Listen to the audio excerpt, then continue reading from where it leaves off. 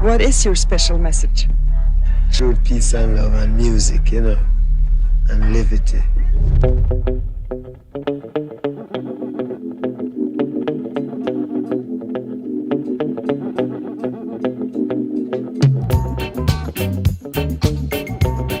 Bob wasn't just an entertainer. He wasn't there to be famous. They know, they can feel it. They feel that positive vibration coming from this man. And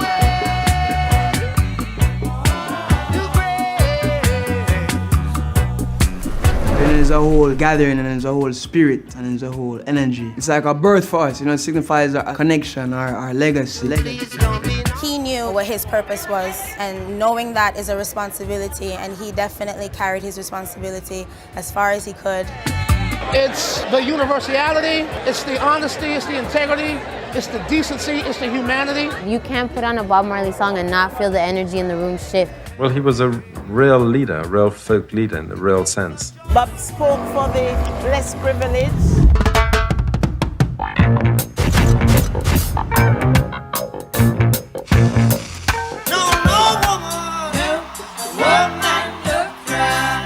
Football was a life. Just like the music was his life, football was his life too. Not only playing the sport, but preparing for the sport. He electrifies everything and everyone. He takes you on another level. All right, we're jamming. Jamming with you.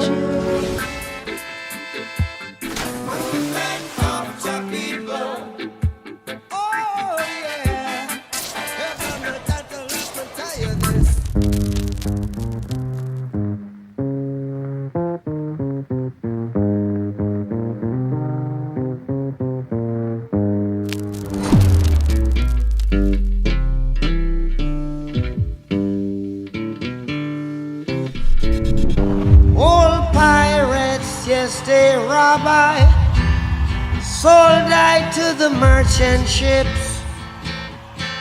Minutes after they took I.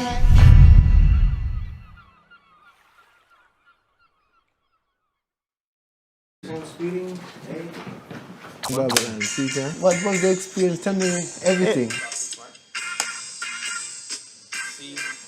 For me, it's cool because I'm meeting people that know Bob outside of who I know. Right, yeah.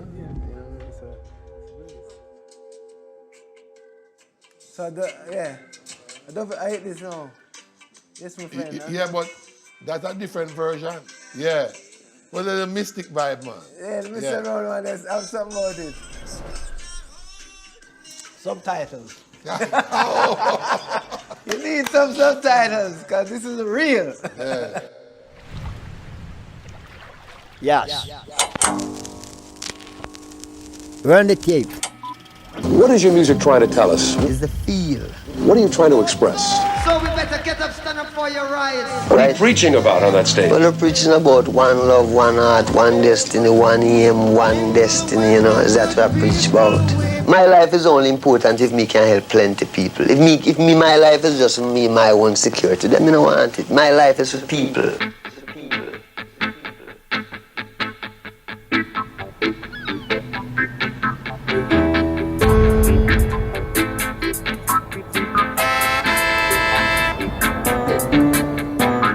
My life have great meaning to me. So I really search to find out if God is here. And I search.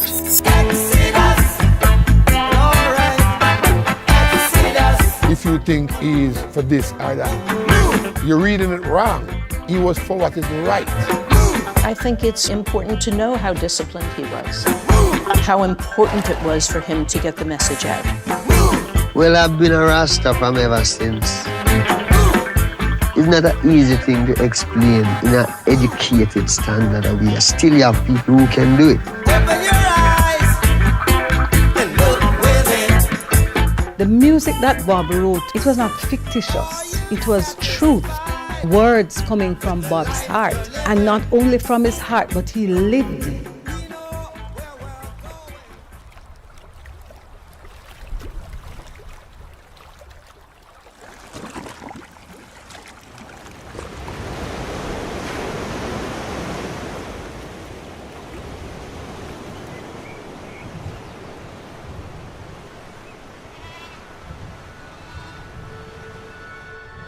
He left us so many great messages. If only these people of the world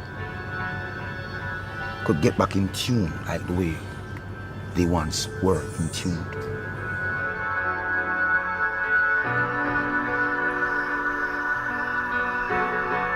Gang is like a ever man. You call him more like a man of the hour.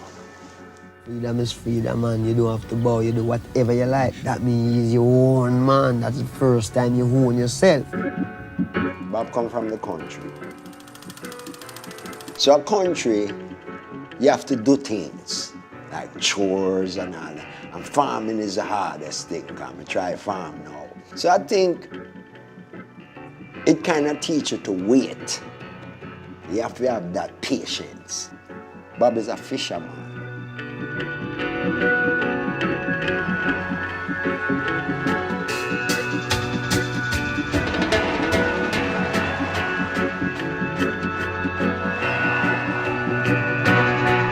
Bob started a movement, you know.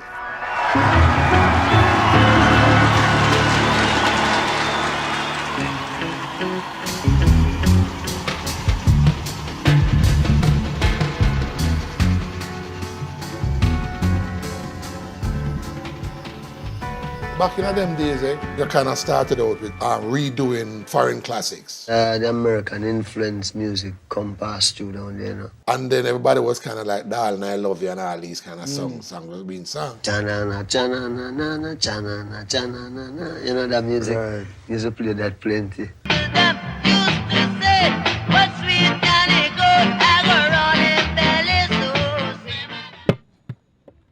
Then now the Rasta culture come up, which was a more church side of the thing. And a man realized, you know what, it's like trying to break away then from the so-called Babylonian system. The spiritual vibe kind of take root. He knew what his purpose was, and knowing that is a responsibility, and he definitely carried his responsibility as far as he could. It's like when you know that our father is not doing, he wasn't doing a job of himself, he's doing a job of the master. So it becomes something that everyone can feel it, and it could be not adapted, but it can come true who it's supposed to come true, you know. We'll be forever loving Jah. Oh, yo. We'll be forever loving Jah. Someday say see them walking up a street. They say we're going wrong to all the people we meet, but we won't worry. Some people kind of felt like, why Bob going to foreign and sell out or whatever, because they never understand that Bob was a visionary. Bob Marley started a revolution where people start looking at themselves. He wasn't just looking for one place, Jamaica. His mindset was for the world, being universal. We'll be forever loving Jah. Only a fool lean upon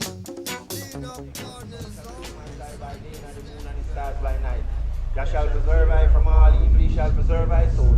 Pureness of the heart. And the wicked will try, you know, but the pureness of the heart will supersede anything. Jah shall preserve I from all evil, he shall preserve I soul. That is Rastafari in true essence. It's not this ganja smoking. Okay, from Channel 9 now at 10 to 11 o'clock. Before we get to Tough Gang at 11, we're going to bring on the kids.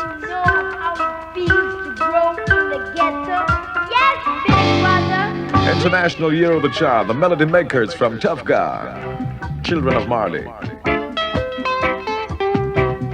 And these children are playing in the streets, observed and observed by those looking on. 10 to 11 o'clock. Children playing in the streets, on broken bottles, on rubbish heap. Give us the teachings of His Majesty, because we don't want no devil philosophy. That's the ultimate message. It's like going to English class or social studies. We took our father's words as our lessons and how we should live our lives. It's about love. It's about unity. It's about being humble, humility. What made the music from the era that special is like there was like some kind of magic, spiritualist. The generation didn't have something about it. There was a certain innocence and there was a attention to the art itself. The man that grew up in one of the most volatile area in Kingston. That in today's world is about image and the artist that never present a certain thing. Back in them time, the people was about conditions, people suffering, and a lot of people who write lyrics or even sing back in them days, them went through things in them life. So it was a way for kind of release. Instead of a man of violence, him say, no, I can use that hardship and turn it into something positive. Just seated in Mount Zion. I attended all the great schools, UCLA, graduate with honors and things. Bob never finished no high school. But who was my biggest teacher? Him. So it just comes simple. Can them say, I do have education, I have inspiration. Maybe if I was educated, I'd be a damn fool. Bob was very charismatic. He was really beautiful, physically beautiful as well as a beautiful soul. He was certainly aware we were doing business and he wanted people to hear his music. He understood that we had to, involve journalists and publicists and so forth. I don't recall him ever saying, I don't want to talk to them or I don't want to do that. I did find when we were doing interviews, if he didn't kind of relate to the musician, he would go into a thicker patois and made it very difficult for them to understand him. Positive. Got to have a good vibe. I mean, even things like, Bob, talk about climate change. So just keep the people away from God. Believe that man can destroy the earth. Man can only destroy himself. So we're not afraid for nuclear. Them things there is only to keep the people fear. And you fear that men have such great power that them can, that can't work. Them only threaten innocent people's life. That cannot work. Get up in the morning. Stand up for your right in the night. Get up, stand up for it. Don't give up the fight. What did you say? Get up, stand up. Stand up for your right. Get up, stand up. Don't give up the fight. To most people who are very conservative in dress, you look quite strange. We don't play for suit critics. We play what we want to play, when we want to play it, how we want to play it. And we have a reason why we play it too. Bob, how important is the ganja? Ganja is a bird, this is herb. Herb. Does it matter to you that it's still against the law here in Jamaica? Every law is illegal. He was driven. He was driven to get the message out. So you think if he was here now, he'd be like Instagramming and would he be like That's engaged? a good question. Like he was engaged here? That's a good question. I think he would. Reggae finds its people.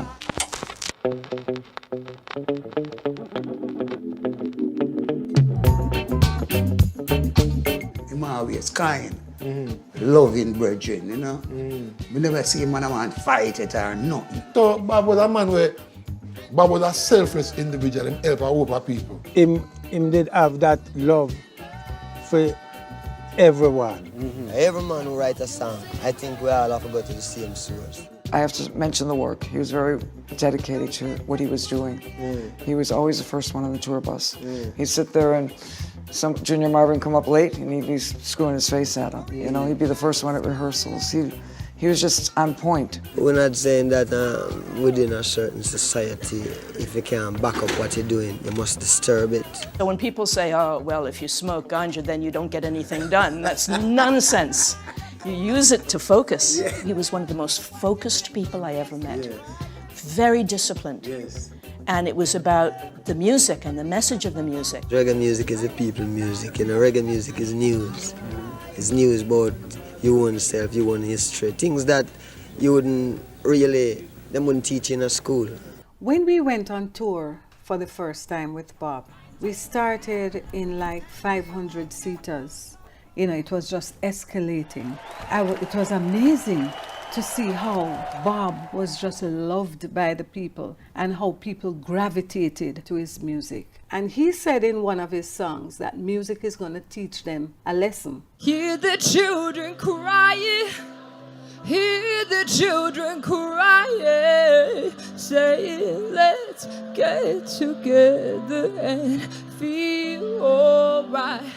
Respect for humanity, respect for people, I would say is a big one, regardless of where you're from, regardless of the economic stand, your financial standing, your culture, your race, or your religion. That is really what One Love is really about. It's not really about let's all hug, it's really about having a mutual respect for humanity, you know what I mean? We're jamming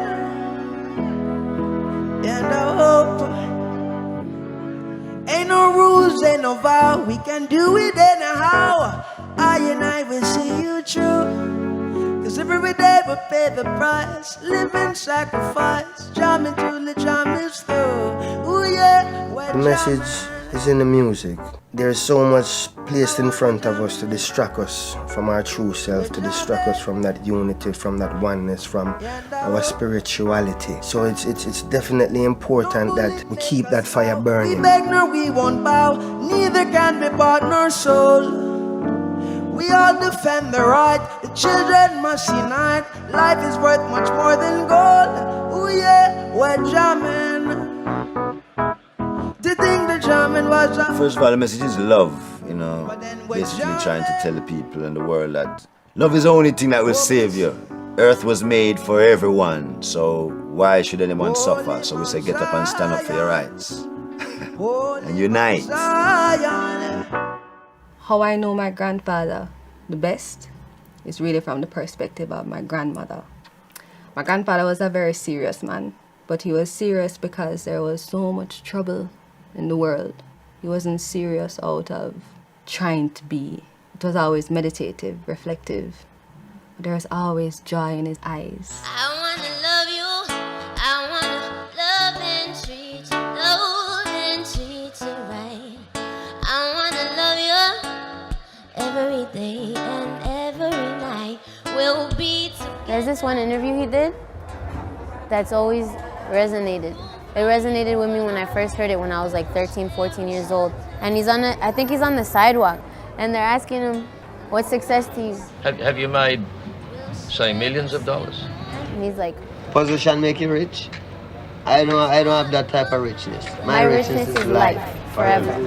That idea of legacy, like that shit stuck. That shit has stuck with me since I was a kid.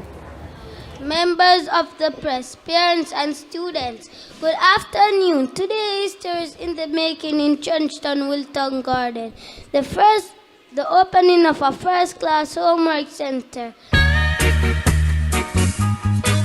We grew up seeing our father feed a multitude of people for different reasons. And for us, it's always been a part of the Marley family to give back. Ghetto Youths Foundation, which was founded from like 1989, Recently, basically a learning center in Trenchtown. Just doing things that represents the word and the fulfillment of the message. The first thing that we gave back was music by putting aside what we could sing about and sing about what we need to sing about. In one of his songs, he said, emancipate yourself from mental slavery. That's what the Ghetto Youth Foundation is doing, emancipating our young minds through education. One love, Jamaica.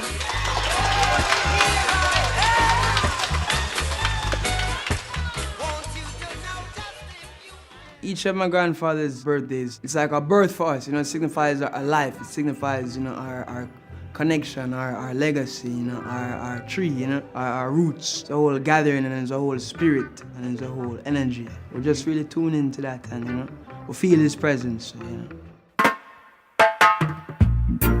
This time of year, the vibration is always so high. People from all over the world are gathering to celebrate. Happy to be home right now. Coming to celebrate, our father's 75th birthday is on a different level. One heart, let's get together and feel alright. Hear the children crying. Because, listen, a lot of people call themselves superstar and star, but I remind them that a star always shine. They are comets. Comet and go it. Universal Crusader, you know, and the greatest song him ever write was the song named Redemption Song. True, it sum up everything. How long shall they kill our prophets while we stand aside and look? Yes, some say it's just a part of it. We've got to fulfill the book. His spirit is strong, and to me, he's even more stronger, wherein you are drawn to more attention. You are more important, because they say when people pass on, you sort of miss or lost what they were really, you know, sharing or giving. So his spirit is even more dominant to us, the family. We share a spiritual life with him, which is natural. It's just that we can't see him, but we are sure that he lives. Sure that he lives.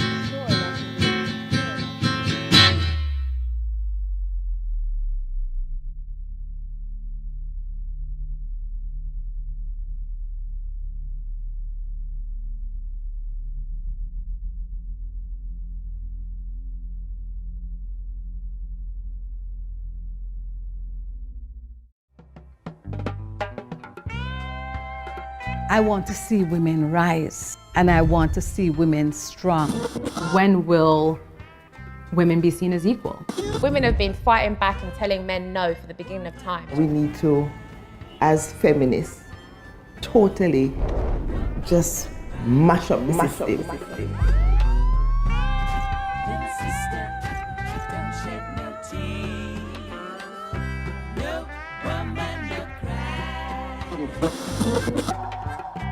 I remember when we used to sit in a government yard.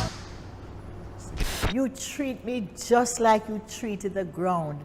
You trample me all over. But I'll get on my feet again, ride on a wave to happiness. In times like these where survival is the game, let's play on. Let's play on.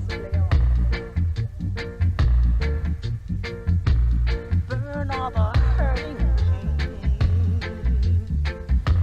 in times like these where survival is the game. Let's play on.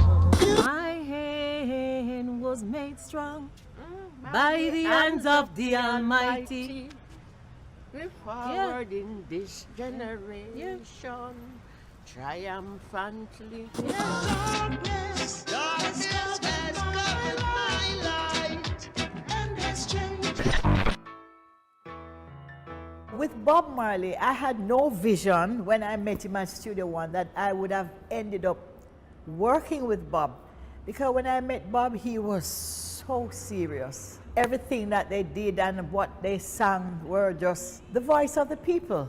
So eventually, I was doing some performances, solo performances, and I invited Judy and Rita to come and do some harmonies. And the rest is history. Well, the harmony didn't change because then Bob took hold of the I-trees because he still wanted to maintain that sound. I can't refuse it. And Bob invited us to do the Natty Dread tour. Feel like dancing. From the very first show, it was just dynamite.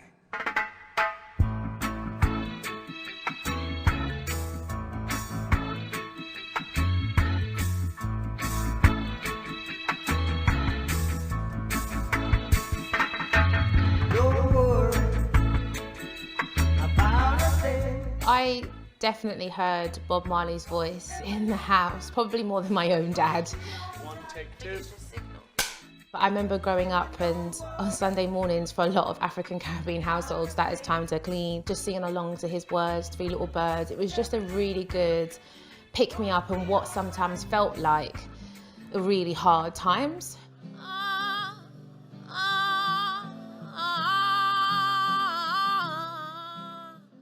like every song of his is still relevant. Even the love songs is still relevant.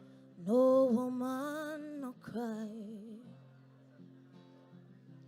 No woman, no cry. Things that happen, you know, politically, and things that happen in the social world, and the real life things and the spiritual things. And I take the spiritual things more than the political and the other stuff, but all of his messages still stand. I remember when we used to sit in a government yard in Trenchtown. That's a serious thing for him to go to that place where he humbles himself enough to be like, you're not going through this alone, because I remember. I personally know my heart can be hard as a stone and yet soft as water.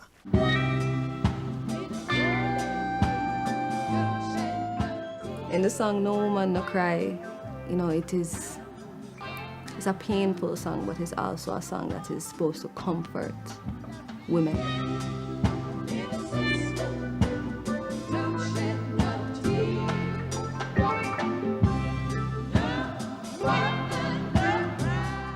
There's lyrics that come to mind sometimes in my work that provide real comfort, and there's sometimes where I use these lyrics to kind of challenge our community, to demand more from society as well. Would you hate to sing another song of freedom? Is all I ever have. Redemption. Well, the primary message of Bob Marley, I think all of us would agree, is emancipation. You know, just rebellion against systems of oppression. And that would include patriarchy. Marley's lyrics, get up, stand up, all of that fighting for rights could be seen as part of a legacy of empowerment for women. There's no weapon on earth that is as powerful as music. One love, one heart. Let's get together and feel alright. How you think the music audience from those days to now, how you think things change, and how you think Bob's story or legacy from those days to now? It changed my life, and what your dad wrote and his music is so important today, even more important today maybe than it was then. It was not until I started working with Bob and I saw how serious this man took his music. The music was his life. That's when I started thinking about the message that I'm sending in my songs. Bob opened my eyes to that. Will remaining but a fleeting illusion to be pursued, but never attained. Well, everywhere is war. When did you get the job? Are you going to shoot Bob Marley? 1975, when we did music press interviews in West Hollywood. I kind of set up the chairs so that Bob would be in a place where the light would be beautiful, and then he didn't mind me shooting at will. You know, he didn't like to pose, but he didn't mind me just being a fly on the wall and just shooting whatever was going on. This was between the interviews. It was just a wonderful experience to be around him. Well, how you feel like, I want to be, you know, around him for those years and see who he was, and like now, how you feel? Well, he's revered all over the world. And the message hits home for people. They understand that vision of people coming together and standing up for justice and taking care of each other. Like in that time, did you think, was he just like, how you feel about him as an artist, or what he was doing, and do you think he was going to get bigger and bigger and bigger? Well, we certainly hope so. We wanted to get the message out. And he was so charismatic that people were drawn to him and drawn to the music and drawn to the message, and it was very exciting to be part of that process. I got a letter from Bonnie, bringing a letter. He was even sending his letter to his friend, not by himself, and to say, yes, he likes me and want to talk to me. They come over and talk. And he would stay on the other side of the road. He was very shy. He was very shy. He was a shy guy. I'll play your favorite song, darling. He had a seriousness And he was one that you could see was reaching out for love. Don't rock my boat. It was amazing to see how Bob was just loved by the people and how people gravitated to his work. And he said in one of his songs that music is going to teach them a lesson.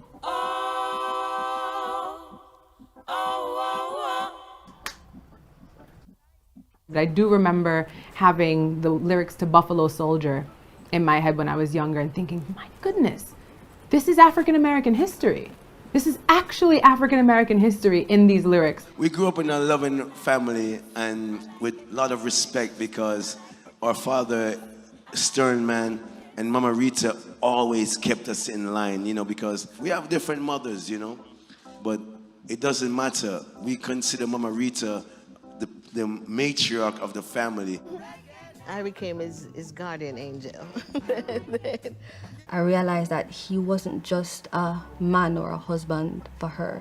She truly saw him as a prophet, as an angel on earth. I was the one that he would call to get women out of his dressing room, and he'd get to that stage, call my phone in my room, come and get these people out for me. And I would do that gracefully. Come on, ladies, it's bedtime.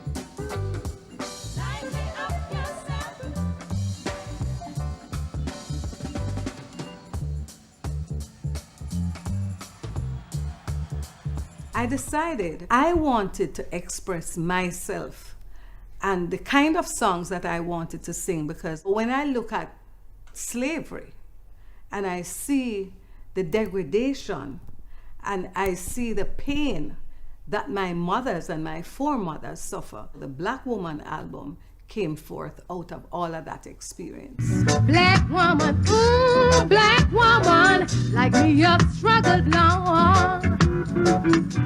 Your tread one of life's roughest road, and with the heaviest load.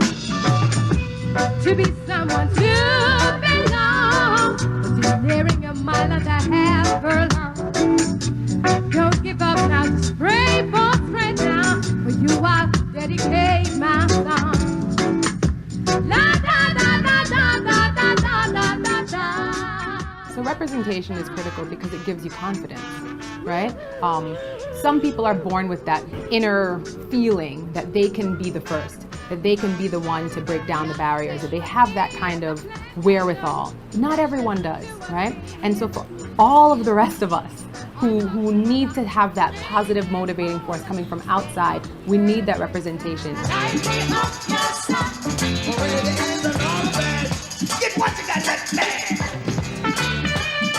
All of those background singers had the potential to be frontline singers. Master Griffiths, Judy Moore, had to fight to become visible.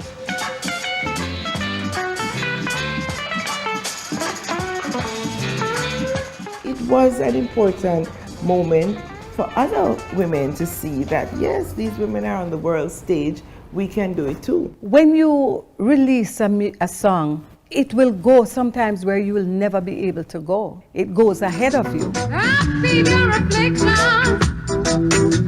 for you I dedicate my song. We just played that record today. Can't actually remember anything else we played apart from Judy Moat. It was the first time that we were really able to say, this is what we're about, this is what we believe we should be doing as black women. It was affirming the things that we were campaigning and organising around, and it was hugely empowering. One love, one heart, let's get together and feel alright. Every night, there would be rehearsal at 56 Hope Road for the concert. We usually had two guys from equivalent to the Secret Service. They call them the Protective Service. They protect the Prime Minister and stuff.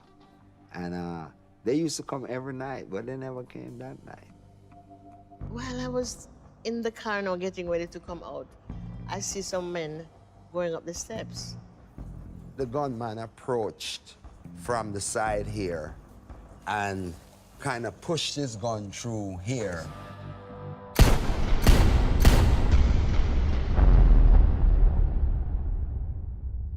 Then they turned the gun on the car. I felt the warmness, the blood running down. Then I realized I was shot.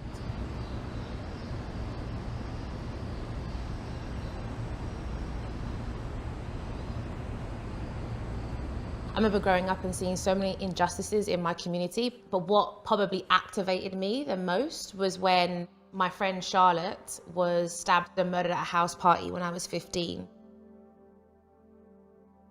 That anger for Charlotte's death was channeled into wanting to be a positive force in politics. So you guys mentioned very good ideas, and like you mentioned, they are temporary. My idea of a long-term solution, which is for the EU. I quickly realised decisions were being made about my local community and my area and people who looked like me, but we were not at all in the decision-making room, on the table, even being consulted. And so I really wanted to use my platform when I was elected to try and change the game. I didn't know what that meant. I didn't know what the steps were. I didn't have the cultural capital, didn't have the networks that a lot of my counterparts in politics have. As you get more woke, I guess that's the word, you realise how unfair things are. The first commissions that I pushed for when I got onto the council was around domestic violence. Get up, stand up for your right. Unless you fight, you just give in. So the alternative is not to give in, it's to constantly sing these songs of freedom. It's constantly try to express this vision, this redemptive vision of possibilities. You can't limit yourself to what is. I'm super excited about movements that are going on around the world. One of the big issues that women are now fighting against in Jamaica is the decriminalization of termination of pregnancy. We want more women to be able to claim reproductive rights. I want people to make no assumptions on the body that stands in front of them. We want to see a change not only for women and men, but for the future generation. We'll share a shelter, my single bed. We'll share the same room. I provide the bread. Is this love? Is this love? Is this love? Is this love that I'm feeling? Is this love? Is this love? Is this love? Is this love that I'm feeling?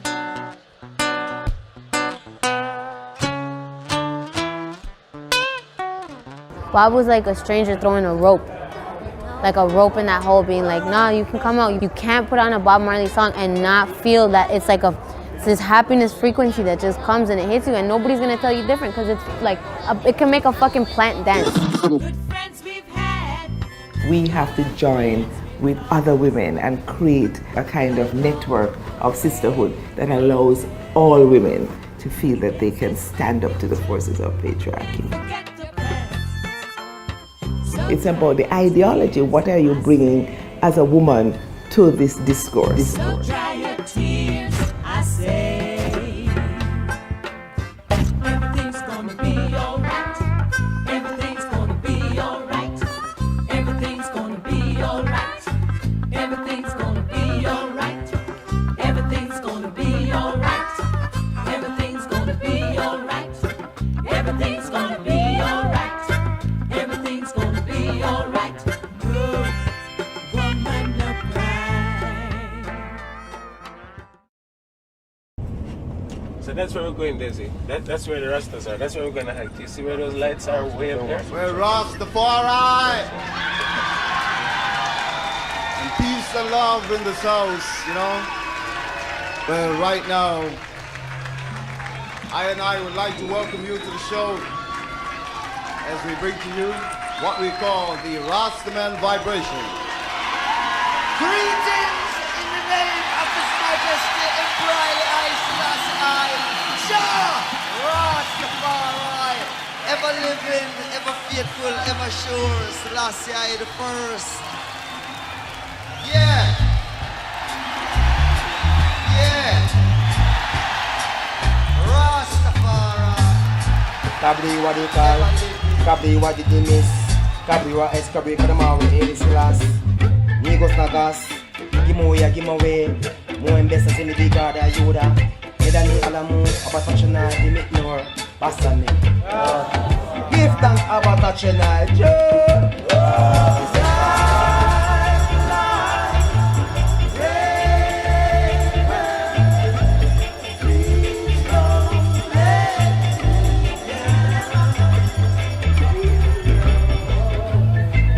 It's time for us to pray, and the time we should say we don't need no more trouble. You know, when you talk about the Rasta man, him is here today in this time to set back the example of a spiritual world. A world not based upon basic material only, but a world that balance material with spiritual. Now we're going to check out what is the meaning of Rastafari. Well, real Rastaman now is going to give you a positive vibration. No matter where you're there, him always lift you up with sounds of, upfulness, wisdom. Karas mean the head creator, the power of the Holy Trinity, meaning 1 in 3 and 3 in 1. You and I are Mama Locks. Don't make me be a Rasta. This is my identity. This is my identity, man. Yeah, this is my identity. That's Rasta. Rasta means head. Rastafari means creator. Rastafari is a philosophical and spiritual state which does not lend itself to a simple, rational explanation. It's spiritual, it's community between man, understanding between brotherhood and even the sisterings then, you know what I mean, and goodness of the heart. And it's a spiritual movement. And the wicked will try, but the pureness of the heart will supersede anything. You know me, I say so, knowing that material and spiritual is both essential to man. Let us work ceaselessly and tirelessly for the attainment of both. Then and then only can we attain that inner calm so necessary for our well-being.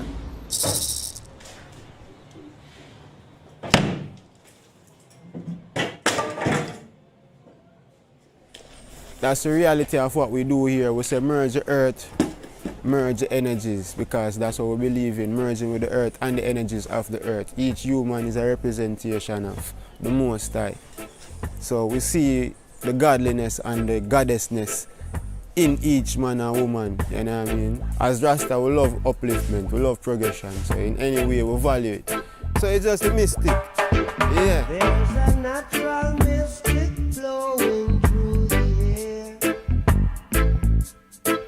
If you listen carefully now, you will hear. We're a Rastafarian community that has been based here for like 22 years and we're still going strong. We're working towards being self-sufficient. We haven't reached there as yet, but however, still working towards it. We plant our own food, ranging from cabbage, pop chow, pumpkin, callaloo, grown provisions, seasons, basically everything.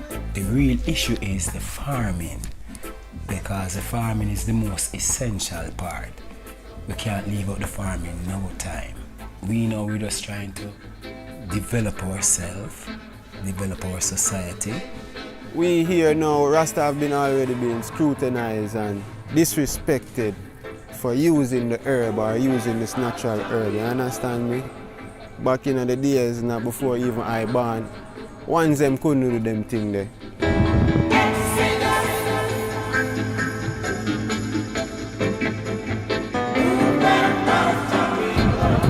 In those days, people see Rastafari as an outcast. Nobody respect and talk about Rastafari. In those days, the name wasn't Rastafari. The name Rastafari did not reveal. They used to call us Rastaman, Bongo Man, and Bingy Man. But what I say now, back in them time, it was hard to be a Rastaman because they never conformed to the regular society way of life. It was about freedom and about spiritual living and God and. The men escaped. Political violence has become. When I was a little youth in those days, even my grandparents used to tend to stay away from those men with locks Them a black heart man. That's how they used to brand Rasta. You know, society couldn't accept that because their idea of a decent human being is clean cut and, you know, wear a nice shirt and walk around. And the Rasta man was like, yeah, wear a diamond socks with a Clarks, and even if you're orthodox Rasta, police still tell yourself to go up on the wall. Because you wear Clarks and diamond socks and you have a big herb spliff in your hand. Even the government of Jamaica in those days give authority to the police and soldier man them to search for any Rasta man, humiliate them, throw them into jail, from jail to prison, and they will often shave our locks without our consent. But the Rasta man never had done nobody in the arm. You know, there was never a time where you hear a Rasta man stole something from you. You never hear that. But society make it look like this man is this bad, evil man, and the whole, you know, so the whole thing about, you know, the whole disrespect of the Rastafarian culture back then was based off of just lies and people's idea of trying to make something look bad, you know what I mean? And all those things happen. Why? For what reason? That would be my question. Why? For what? You know what I mean? So that's how it used to be in those days. It's not only reggae music Bob Marley come do to the world. Bob Marley come and change all of them things there. So enough time we're being prosecuted and we can't be afraid to speak of it as the younger ones in the faith of Rastafari. So Rastafari have to be a self-reliant person. Rastafari now is spiritual people. Rastafari is a movement. His Imperial Majesty, Emperor Haile Selassie. Yeah. So we have one of the best views, one of the best atmosphere, which has to do with nature. It's really an excellent source if you're one that loves to be closer to nature, love quietness, looking for a peace of mind, the best place to relax and meditate. When the morning gather the rainbow, yeah, yeah. Want you to know I'm a rainbow too now. To the rescue. We're healthy people, we're Rastafarians that love Jah. Naya being the order, His Imperial Majesty, His Reverend here, Reverence here. We speak about Rastafari, that's actually our main reason for being here in the Rasta camp. The heartbeat, the drums, the harp, the bass drum is very essential to Rastafari, the up-forward roots of where the culture is coming from. You know, it has been used as a signal, a symbolic signal for us hearing the sounds and know what it represents. You know?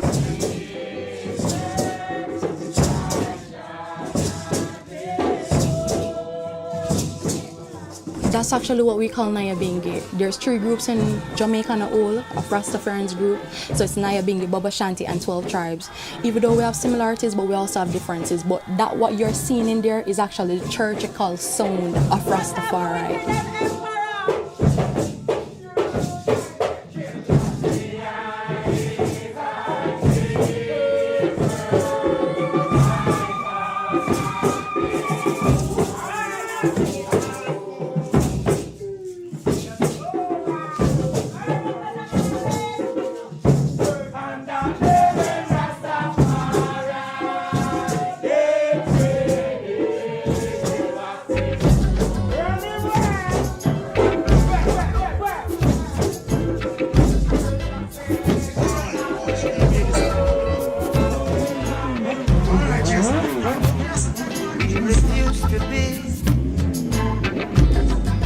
What you wanted us to be. We are what we are. That's the way it's going to be. If you don't know. As Africans, we love to dance. And I think one of the things that they use in our enslavement is against us was our love for music. Down here we say the vibes in a way, which means we can bond with the spirit of the drum. You see, Bob Marley songs, they were Afrocentrically seeking then to gain the people's attention. So to me, Bob Marley was giving a message. We are here to propagate and to dispense this message, awakening what is referred to as black consciousness.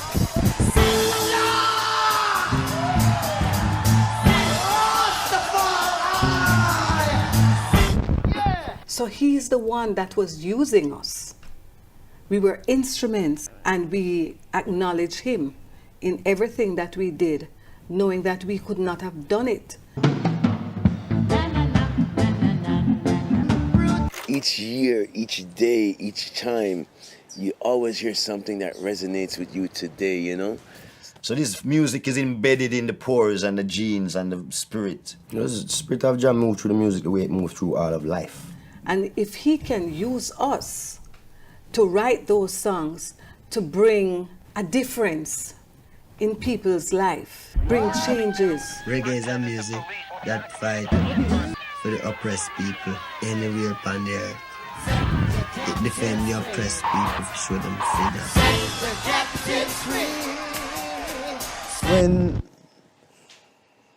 When Rasta, the culture started influencing music too, there was a more, people started singing about John and, you know what I said, so there was that element because it seemed like many of the men that was doing the music start become more enlightened spiritually with different ideas of what religion is besides from what they was teaching them when they was young.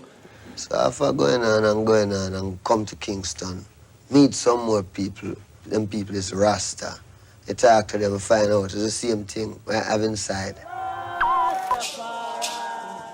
Yes, the world is comfortable, that is why they are going down. You make another man king of kings and lord of lords. I demand justification. But in this time, the warfare is different. It's a spiritual warfare. So singers and players of instruments have to retool themselves. Because the man saying, the forces running through the earth. Forces, powers of darkness, cover the earth from corner to corner, trying to extinguish everything that's of semblance of light. So it carry a heavy vibration.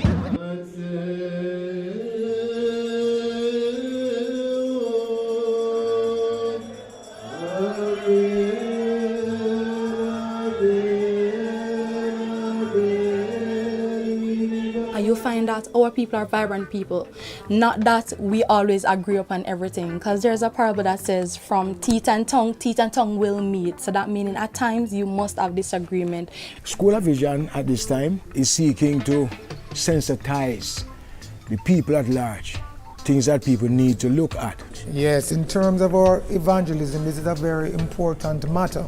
The root of the church is from Africa, Ethiopia in particular. Many Rastafarians, as a matter of fact, most of the membership in the initial period of the church comes from a Rastafari background. Right away, I seek to make a connection now.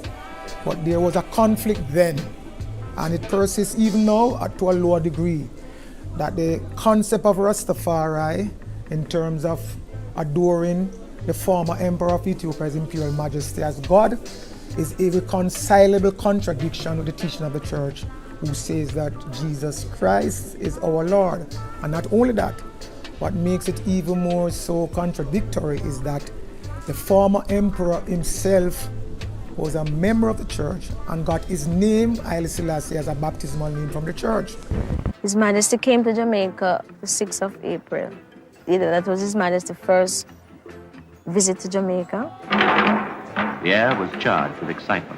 As anxious, expectant faces searched the skies for the first glimpse of the great silver bird that would bring their hero to Jamaican soil for the first time. The people couldn't wait for that plane to come down. It was as if their own power would pull the plane down and put it on the ground for it to land. His birth name, the 23rd of July 1892, Esogora, was Lidge in Amharic, Lidge Tafari. And the name Haile Selassie was given to him in the Coptic Church.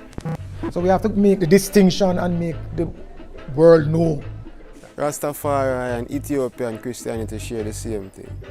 You understand me? One is more, should I say, structured, and no other one is free flow. Rastafari is a way of life. So there is no difference in terms of, or there shouldn't be any difference in regard for a Rasta to see what is the relevance of our next religion, because each religion pay homage to the King of Kings, His Imperial Majesty. Hinduism, Buddhism, Sikhism, Judaism, all of those. And likewise, he didn't disregard them. But the world is built off of so much confusion. As what Bob would have said. You know, so much trouble in the world. My poetry is like the wind, existing to sustain every single life form and element, uncontrollable as the water, yet nourishing and germinating the earth constantly. This poetry shall burn like a fire, as a sleeping volcano, purifying as a sun, emitting light rays, living in your blood, conquering conquerors, being victorious, wearing crowns like a emperor Haile Selassie. This poetry shall rise from the slum, like the world's greatest statesman, giving speeches like a Marcus Mosiah Garvey, giving the teachings of His Majesty like a Bob Marley. This poetry shall be like a lawyer, winning cases, getting justice, demanding equal rights like a Janet Cochran. This poetry shall create history, be courageous, stand up for my rights like a Rosa Parks, be someone. It will make you respect culture. This poetry shall show black power, no more being second or third class. Hey, Black Panther like a Jesse Jackson. This poetry shall step on bubble and bare feet, influencing minds as a Muta Baruka. Africans must be free, no more divide and rule. This poetry is a living need them in. This poetry shall be like the God and the goddesses, giving relief and enlightening the mind. This poetry shall be high, it shall be you. Let everything that have breath honor this poetry. Let everything that have breath honor this poetry. Conducted into the shooting incident last night, in which Bob Marley and 3 other persons were shot and injured. 7 gunmen were involved in the shooting. The music have to reflect the not only socio-political issues of the time, but the condition of the masses. It must be a true reflection.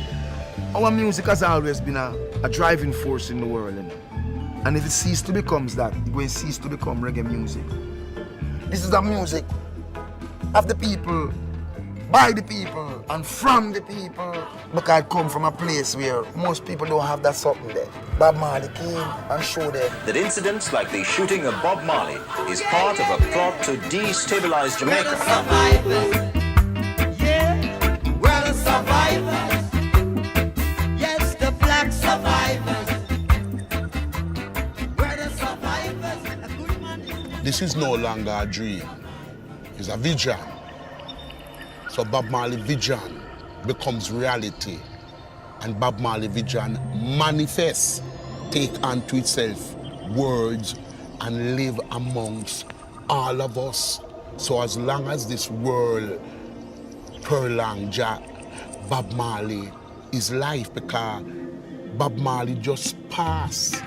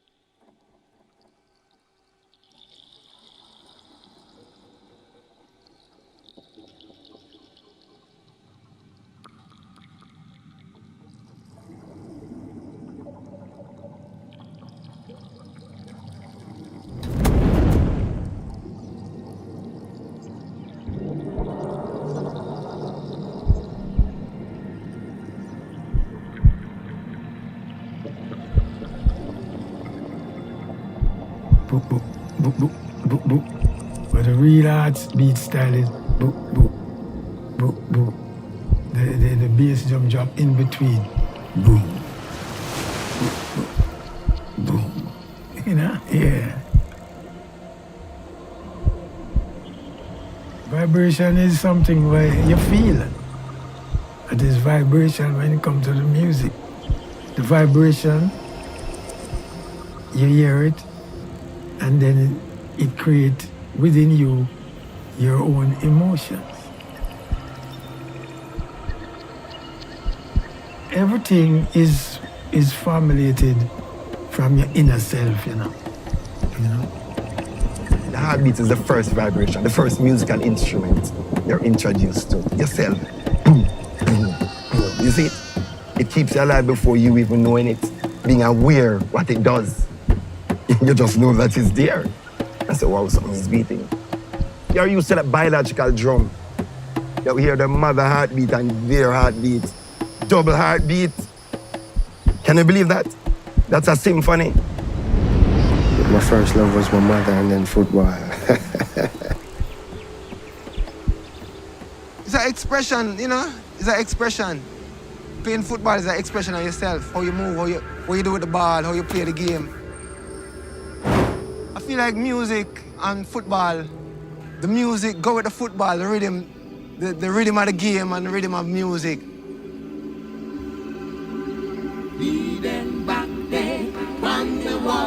Started out crying, it have to bust out a man like river. International pop music scene has catapulted Bob Marley to superstardom. So you can't love my music to love reality, you know.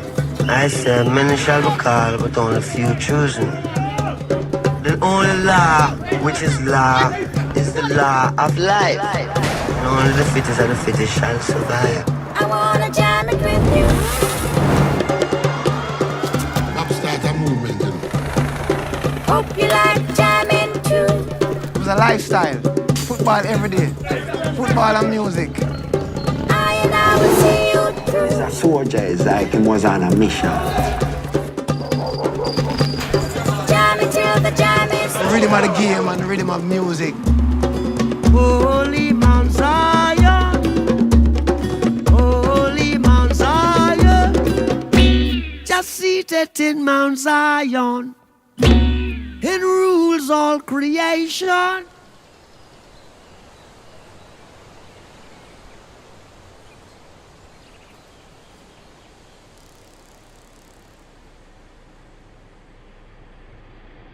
My grandfather is a man that came from a small village in the mountains, then moved to the ghettos.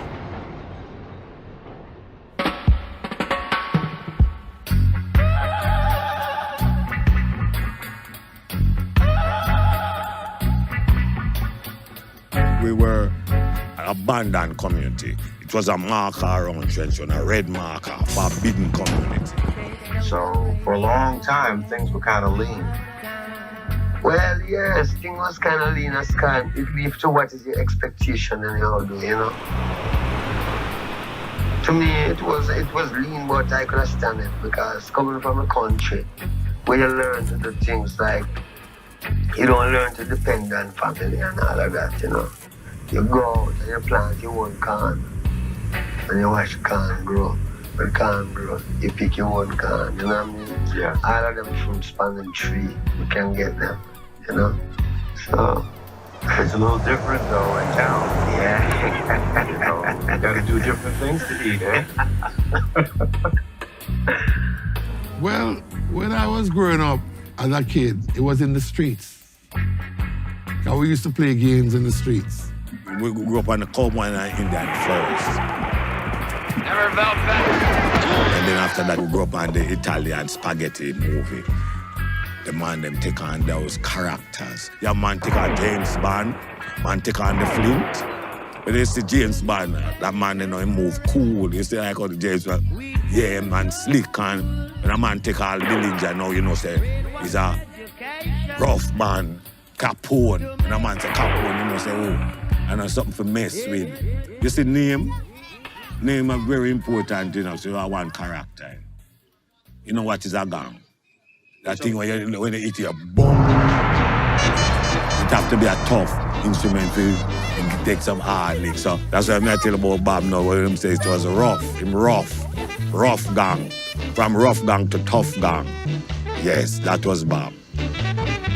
I mean, if you can't come deal with something right and just say to your brethren, this is what I want to do and make life be nice. You figure say you must be a hypocrite and start fight. You can't go slow and meditate of what they're fighting me for and make a son of it. You have to shoot all the sheriff.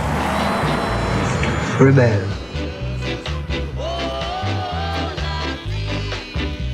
In Jamaica, football is a sport of the people, really.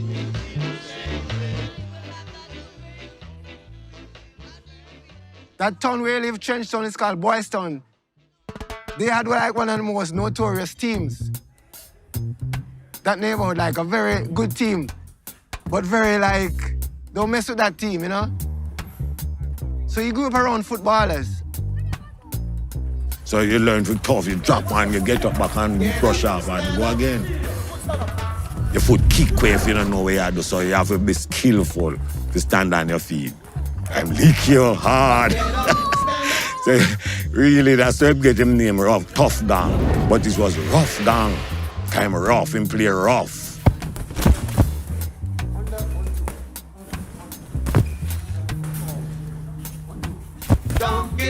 The fitness to him up. Always a move like lightly. You understand me? I say, why him did have something special? Trust me. We are run to get to in Jamaica, man.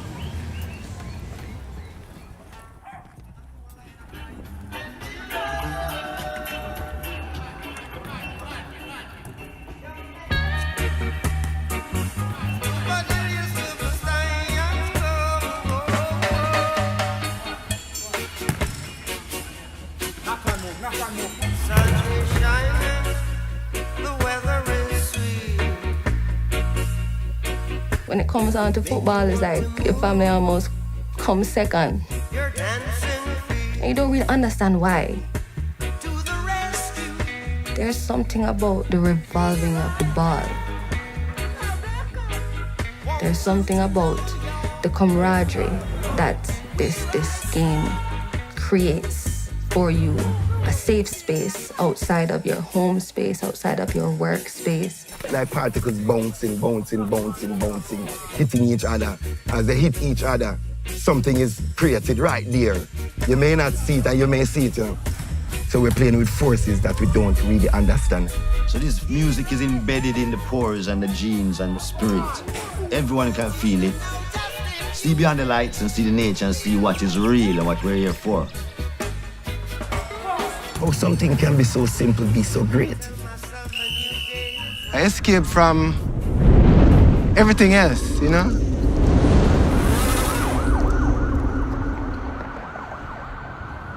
Yeah, because I have some fish pots in the water where I set down fruits inside of it.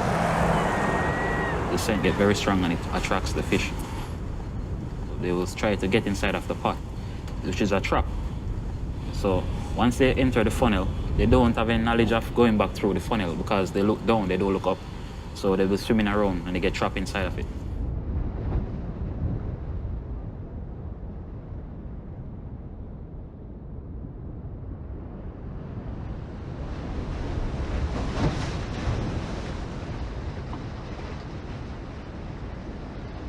You know, you have to struggle so hard to survive.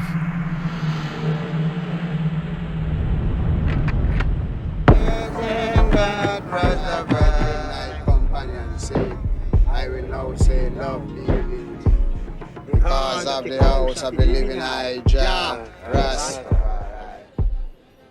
What am I? Who am I? Where am I from? What am I doing? You know, these are certain things you put it forward to the people.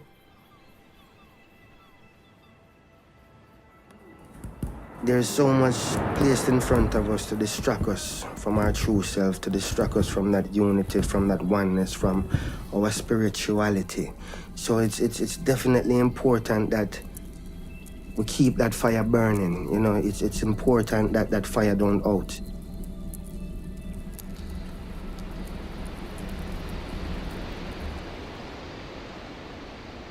If you even have a bad day or you're stressing over something or you have something on your mind, at least for the time that you're on the ball field playing ball, you release all of that and you really just kind of focus on the game. You know, so in that kind of way, it's freedom, you know? You know, you must struggle and stand up by yourself and make it work. You don't bow. You hear me? Bob was a spiritualist and conquer through the things him do.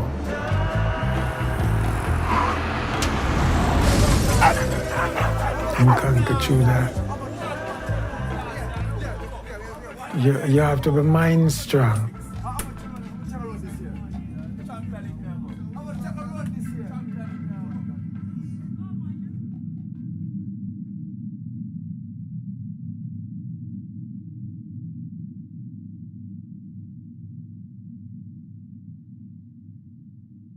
football players, soccer players are some of the fittest athletes around. That was a part of it, being fit. Life is about physicality, Only the fittest of the fittest shall survive. You hear stories about my old man, and it's always about, a lot of stories about how disciplined he was at work. Hard working, football was a life. Just like the music was his life, football was his life too. Not only playing the sport, but preparing for the sport.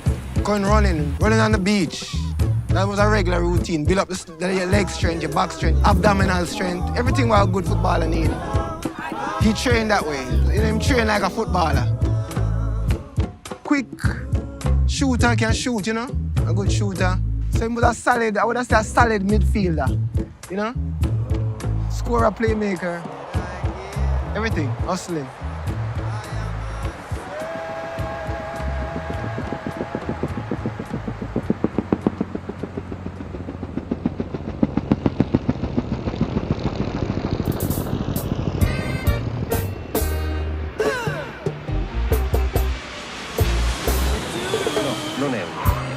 Per la mia gente che è stata espropriata per tanto tempo di ricchezze, di cultura. Household name in New Zealand. He was given the usual traditional welcome.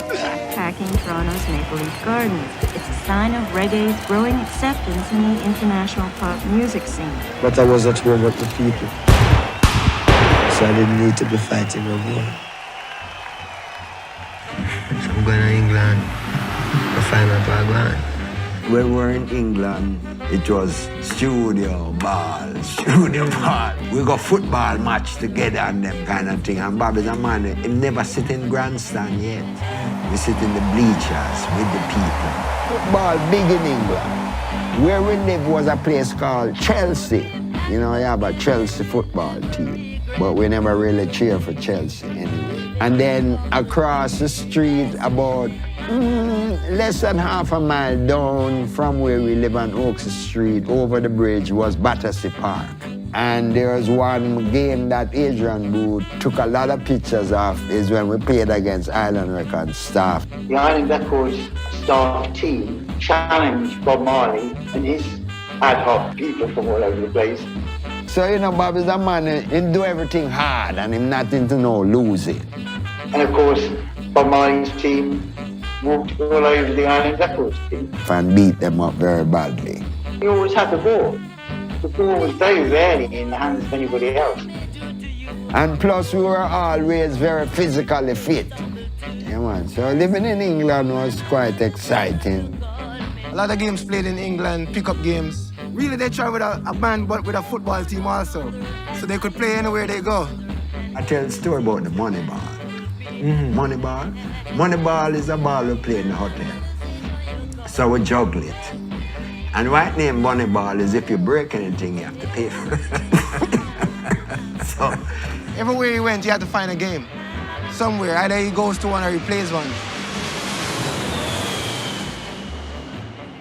Without any doubt, from I'm a little child, Jamaica cheers for Brazil. The music, the culture, the food, the women. Kind of feel like a little bit of Jamaica. And I think that was what just made him just love that country. Yeah, he loved to wear his Brazilian jersey. Yeah, and he really looked good in it. The other day I even met Ronaldinho. I ran into him on the beach in Miami. Yeah, just like that, literally. So that was huge for me and my cousins as well. Cause that man's a legend, we look up to him, we used to always try and mimic him, Well, you know the dance called samba? Yeah, well, that's how you describe Brazilian football. It's samba football. They have a lot of flair. They keep possession of the ball and they push it around. They have a lot of tricks. So Brazil is a more kind of free-flowing. I say the best way to describe it is samba football. And with music, samba. Repatriation comes from our unity. When time we unify ourselves, then we can repatriate our people in style.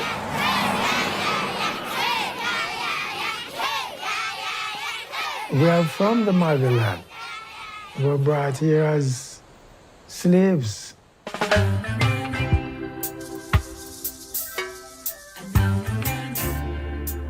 Ooh, yeah. Whoa, Everything come from Africa, so the African drumming is the first thing. Before you even start listening to what the words are saying, you feel the vibration of the drumming, of the music.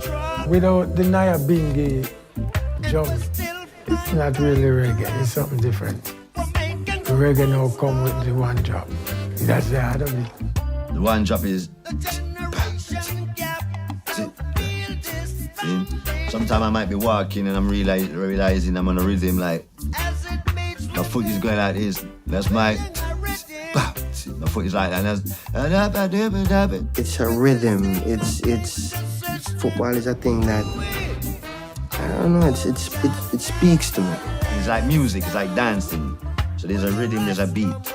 We dance. So sometimes when you're on the field, it's dancing same way because it's this. I give them the crazy legs and shift and come around. You know. Reggae music played properly is just an extension of like the instrument dances with the body. So unless the musicians are dancing, you can't play reggae. So 6 people or 12 people playing on stage is like 12 people dancing together. If anybody plays out of time, the whole thing flops, you know. Most of the games we played was at Hope Road, home, you know, his home. We call it scrimmage, you know, pick up game with scrimmage. People from all over. Yes, got people there, some people there, so everybody, hey, pass the ball, Bob, pass the ball. I tell you the truth, we like play everywhere. Anywhere it is possible, you know. You know, we just pick, Bob, them just put together a team and start playing some scrimmage. We are playing a scrimmage and this was 77, so where is 9 or something. And him kick a ball hard and it licked Ziggy. And Ziggy started to cry. So, you know, me feel that way and say. For us as his children, it wasn't like a lovey-dovey daddy. Or, you know, a daddy who would, oh, be careful, son. He was a rough man. He was rough, you know, rough. We were always, like, active. You know, like, we're on the beach, we're running, we're racing each other. It was always about racing to see who could beat him. I mean, there was no let up in him. There was no, like, it's children. Let me run slow. The fastest he could run against us, him. It was an everyday thing. It was a lifestyle. Football every day. Football and music.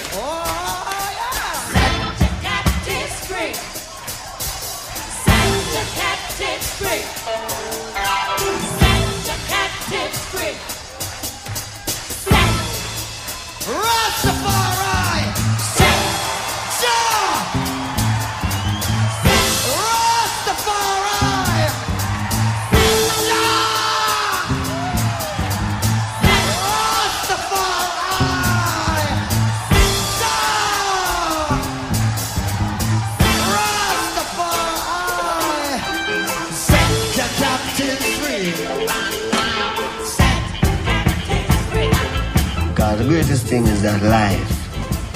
See, it's life. Life I deal with. Because the Bible tells you, you have to live in a heaven.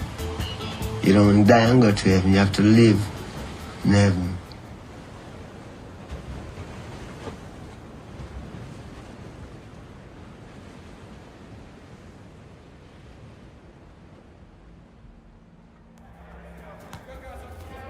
In 1978, Marley had an accident playing football and badly damaged his toe. The doctor who examined him discovered he was suffering the early stages of cancer. Despite the disease, he continued to appear on stage over the next 2 years.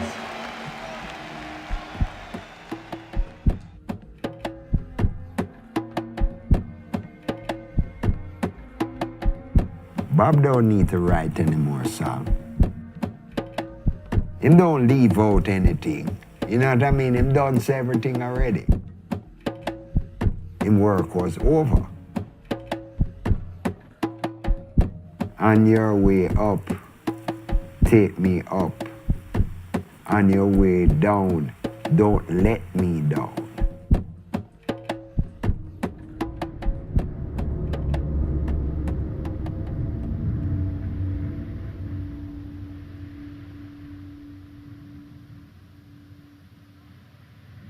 It was broad daylight, and there was this great, huge thunder in the heavens, and the flash of lightning that came through the house. You know, everybody could see it, but it came through my house, it came through the window, and lodged for about a second on Bob's picture, you know, and people could know that something had happened, and like the heavens was really responding, you know, to like a great force being taken away from the physical plane of the earth. But nobody knew until they heard the news that, you know, Bob had passed. Yeah. You know when it's time to go. Because everyone feel it. You know? You know, 36 is just 1/10 of a circle. So we don't know what part in play, but we know him play a major part in the circle. Cycle of life. Just 360 degrees. This may be the first trumpet. Might as well be the last. Many more will have to suffer. Many more will have to die. You know, I lost my father when I was very young. And it's something that still consumes me to this day. You know, I have a football team now down in Falmouth. We're currently in the Confed, making our way to the Premier League, hopefully at the end of this season. So it's something that I use now to try to help youths out of particular situations. You know, I use that football as a method to take some children off the street and put them in a safe environment, and hopefully, you know, teach them some life skills along the way, because team sports does that. You know, team sports is a great place to foster your life skills. You know, to know how to work together and accomplish things as a unit. Singing, don't worry. So I used to play on my elementary school football team, and one day they had parents against. And surprisingly, he showed up to play as one of the parents. It was parents against the kids, you know, the team. And we follow the same tradition. We love it the same way. Rise up this morning. Kick it. Isaiah, go for the tackle. It's a tackle. Oh, it's a goal. Will he score? Will he score? Oh, no. My doorstep. Singing sweet songs. A melody pure and true. Saying, this is my message to you. Just like on reggae music, you know, it don't matter where you are, it's an international language. Football is that same international language. It's more than a sport, you know, it's about community.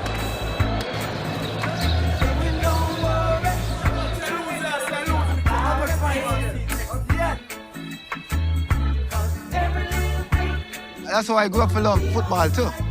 Just through him love football, and we grew up playing football, watching football, and enjoying it together at the stadium in Jamaica or in Zimbabwe. You know, you get to escape everything you've been dealing with. So when he said that, football is freedom, I was hooked. It's beautiful.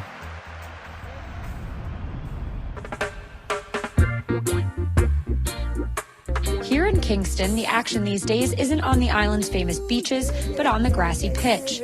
This summer, the national women's football team, or Reggae Girls, faces Brazil in the opening round of the World Cup.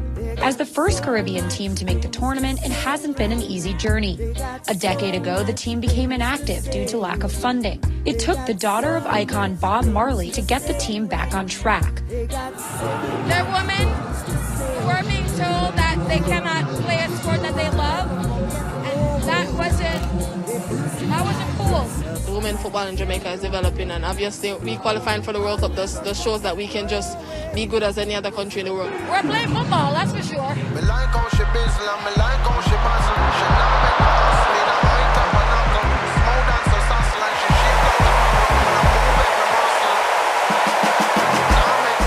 Jamaica have their first ever World Cup goal.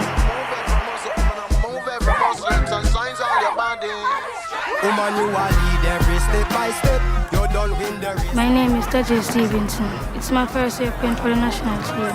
Yeah, I'm really excited because it's been a while I want to represent my country. Jamaican colors are black, green, and gold. Black is for the black skin, green is for the trees, and the gold is for the sun. You know what? They deserve to be there. They worked really hard, and they beat the odds. Every day you wake up and you just think of what would Dad do, what would make him happy. It's just something that, as a firstborn, it's my duty. It's not a job, it's my duty.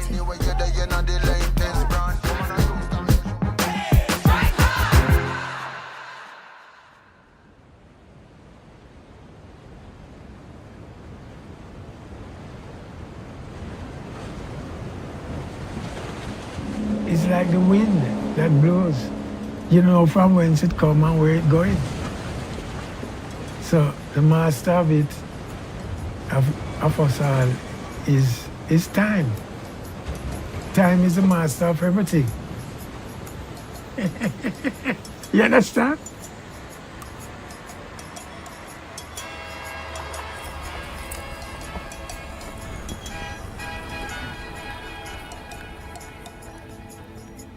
The world is so beautiful. So time is it is the essence of our creative forces on earth and how we balance our behavior, how we balance our contribution, how we do everything. We have no time and yet we have time. It's funny. Yeah, it's funny. So that time is God, the master. So God is the master. God is the time. Yeah, generation to generation to generation. Abraham did to his son Isaac and Jacob and them grandfather or them great-grandfather or them great-great-grandfather. But his name Bob Marley was a man who believed in God.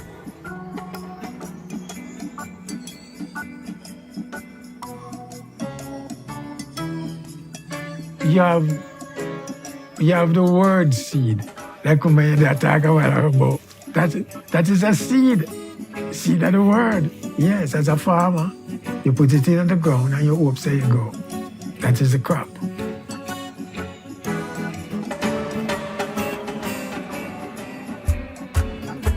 In a way, Bob being on the field is like him being who him is. He's not on stage, he's not for perform for nobody, he can free for us, play ball. You know, so if you really want to know him, that's a good experience to have with him, to really know the man, not the performer, not the legend, but the footballer, Bob. A different energy. It must have felt good, you know what I'm saying? It must have felt good for him to do it and love it that much, yeah. Them people understand, unity means strength, man. Unity is a rash thing, you know, unity means strength.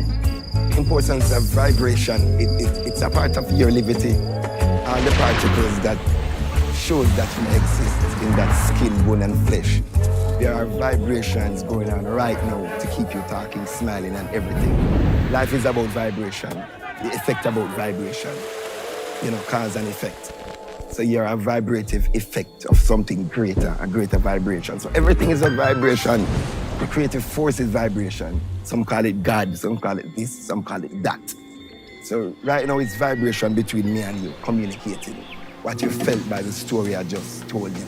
You know, that's vibration. We are all connected. Everything and everyone connected. Bam! One sphere, one ball, one globe. Tough Gang's a sound. Sound, sound. See, that means Tough Gang. It's a sound. It could be bong, it could ring forever.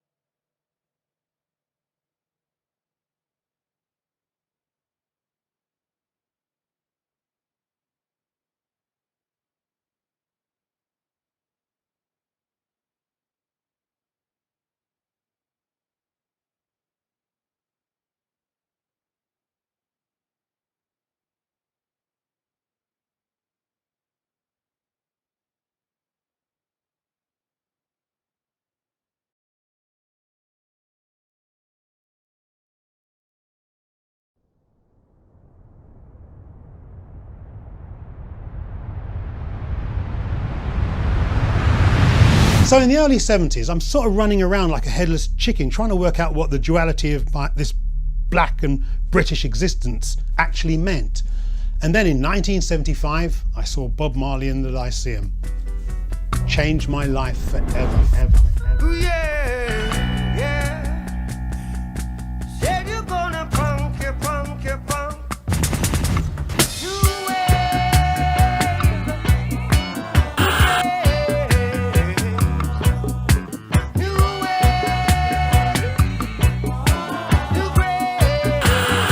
Cause him say until the colour of a man's skin is of no more significance to the colour of his eyes, you know. Will said that. I mean, this man right.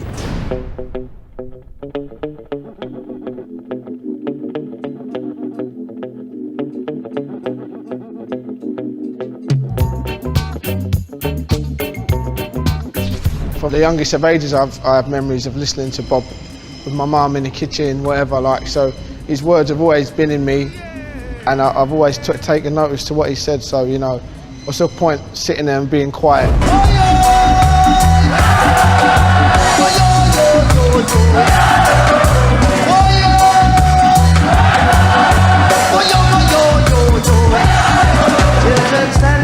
A lot of the vision people have of him is just like the sort of personification of a giant spliff. But it's not really true at all. The true essence of him is this rebel spirit. That means you own man. That's the first time you own yourself.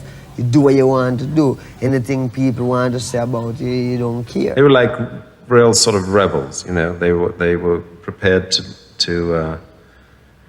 they were ready to work, but they wanted to do everything pretty much on their own terms, you know. Get up, stand up. Stand up for your right. Get up, stand up. Stand up for your right. Get up, stand up. Did you hear? Stand up for My parents came to this country from Jamaica in the 1950s. Well, what people call nowadays the Windrush generation.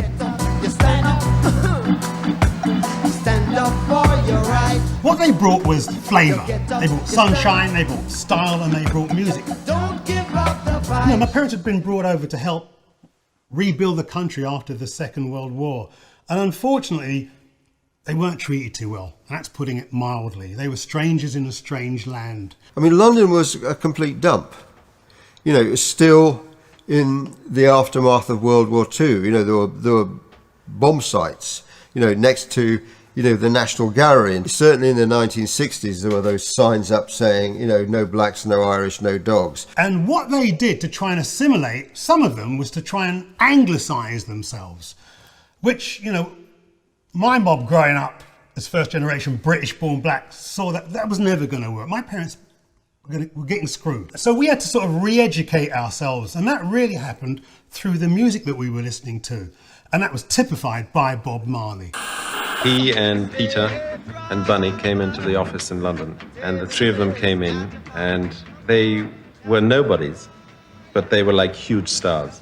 Their attitude and the vibe they gave off. Oh, someone tell me, 'cause life sweet must be something to be out there somewhere for good instead of concrete jungle.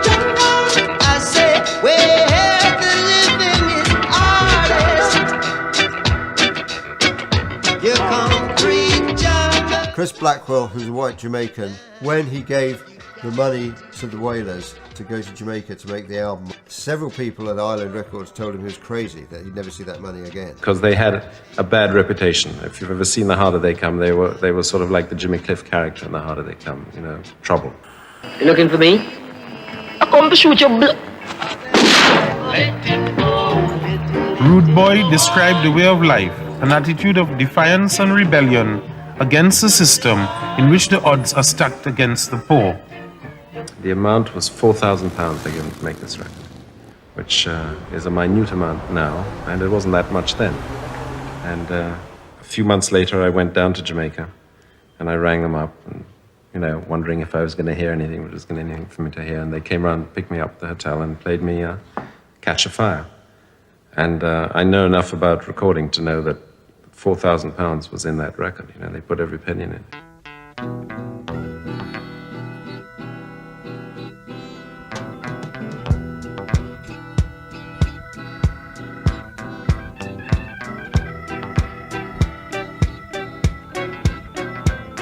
You know, by that time, society had managed to alienate its own white youth. And as Johnny Rotten so eloquently put it, it definitely felt like there was no future. Luckily for me and my black brethren, we had a soundtrack to ease our pain. But my white mates, not so lucky. The popular music of the time was a million miles from the vibe on the streets.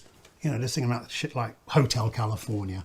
So my white mates set about creating a soundtrack that was sort of relevant to their situation, sort of the people, for the people, by the people. Punk rock. It was a part of a time when black children and white children started going to school together, but we weren't quite there yet.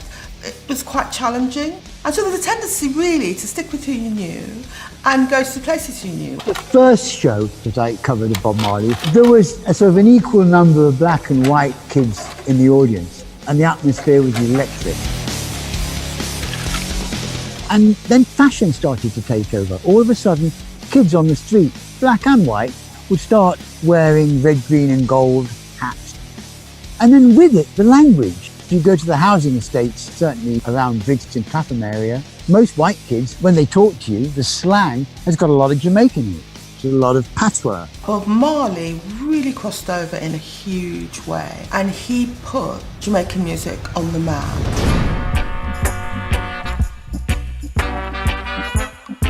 It was the music of Jamaica that was sort of capturing the imagination of the youth on the street. You know, with the launch of labels like Trojan Records, who provided the soundtrack to the UK's first multiracial youth movement, Skinheads. And they were really a mashup of kind of white working class youth that loved the style and the music of the Jamaican Rude Boys. Black and white kids would often go along to the same clubs, whether it was to listen to punk music or whether it was to listen to ska and blue beat and rocksteady music. One wore heavy boots and tight t-shirts and had short hair, and the other had dreadlocks and red, green and gold. So yes, it was a little bit incongruous, but I can kind of understand how it happened.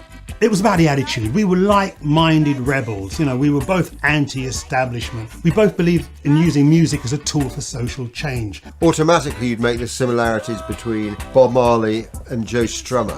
They're both kind of passionate rebel spirits. They're both also not quite what you expect, because they're all gentlemen, basically, you know, with a certain humility about them. The last time I saw Bob, we had an argument about punk rock. I'd gone round to Oakley Street in Chelsea. He owed me some money. Surprise, surprise. And I'd gone around there wearing bondage trousers. And I guess Bob had been reading the tabloid press, which had been painting a very negative idea of what punk was about. You know, to them it was all about gobbing and nihilism and all this negativity. 42 Oakley Street is just off the King's Road, and the King's Road was the centre of London's, Britain's punks. So he would have seen these people all the time going up and down. And at first he was not very convinced at all. Bob looks at me in my bondage trousers like, "Done, we are deal with you. Look like one of them nasty blood clots." And I took offence to this. I'm like, "Bob, hold on a second. You know, you're talking about people that are my friends. You know, they're not crazy bald heads. They're like-minded rebels, and there's something going on there. Check it out." And he's like, "Shall we, I talk?" He said, like, "Yeah, right," and basically told me to bugger off. And I left with my tail between my legs. And Bob Marley goes to see The Clash, 1977 at the Rainbow, stands in the wings, and then he kind of gets it.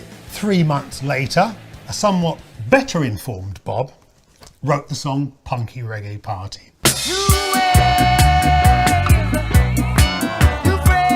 Bob's presence in London really became part of the fusion of punk and reggae. It was a very important symbolic presence at that time.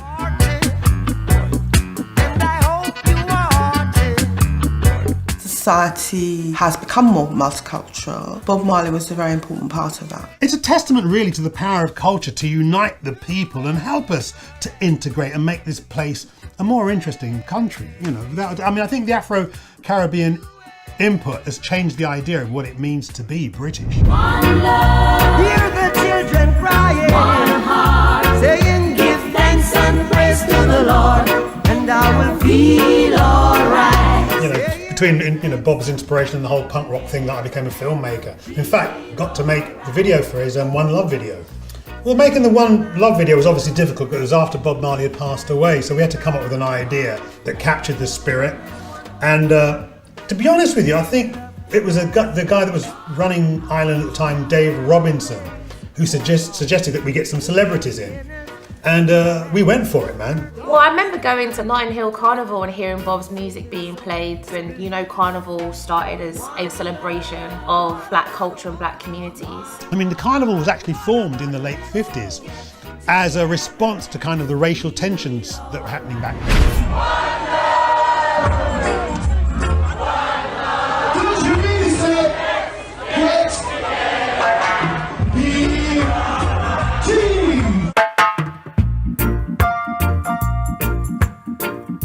I think Bob was really surprised by how much impact Jamaican music had made when he went to the carnival, because, you know, in those days, we're talking hundreds of sound systems, not like today we've got 40. And it was really 2 days where, you know, those streets were ours, man. Yeah, well, it's an expression of black culture. It's never been a thing that's been aggressive, it's always been a thing that's welcoming. Come experience it, let's share, eat food, let's dance. It's great energy, addictive energy, dangerous energy with rum. There's a moment when you start going down Ladbroke Grove and the music is echoing off the street and you really feel for that moment that you own London.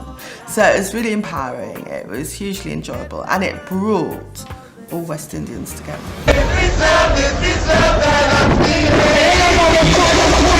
It's almost like a direct representation of London completely and entirely, but in 2 or 3 days. And it's something that I personally care a lot about, and I know most people involved in London care about. And it's amazing that we still manage to have that. Obviously, powers that be and whatnot have tried to shut it down so many times, but they don't. How can you shut something down with such mass importance, which brings so many different people together? It's amazing. We should be proud of it. Set the captives free in this exodus. First time I saw him live was the famous Lyceum gig. People still talk about that concert today. Has to be the most famous Bob Marley concert. Because I walked out of that gig a changed man, empowered, inspired. I think the thing that really struck me, you know, when he was on stage, is here was a man that was doing things on his own terms. He wasn't anglicising himself, he wasn't straightening his hair like the black Americans. It was about who he was and where he was coming from. It seemed to me that you could only really go forward once you knew that.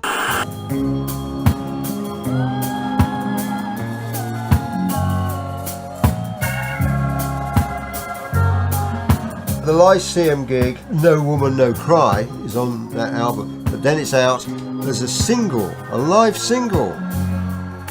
Because you'd hear it on the radio, like you hadn't heard any other live tracks on the radio before, on Radio 1 for example, and that just comes up and it's quite rapturous. Also the point about No Woman No Cry, kind of harking back really to Johnny Nash.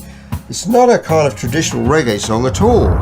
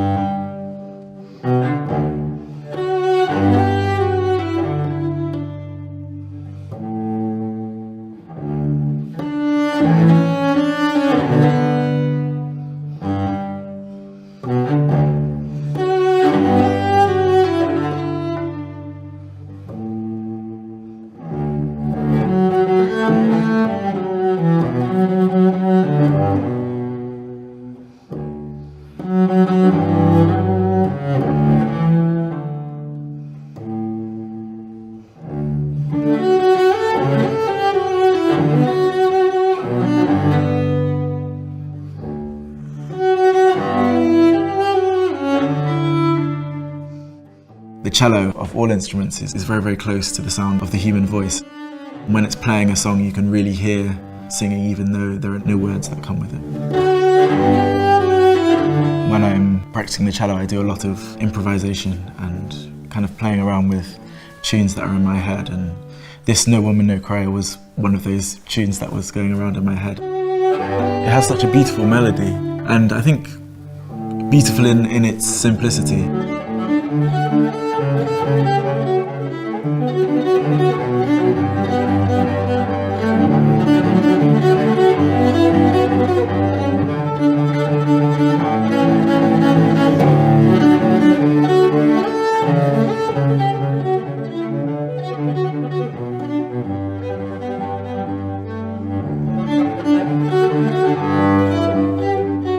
No genre is exclusive to that genre. Whilst I've mainly been drawn to classical music, I've been massively influenced by Bob Marley and other artists as well.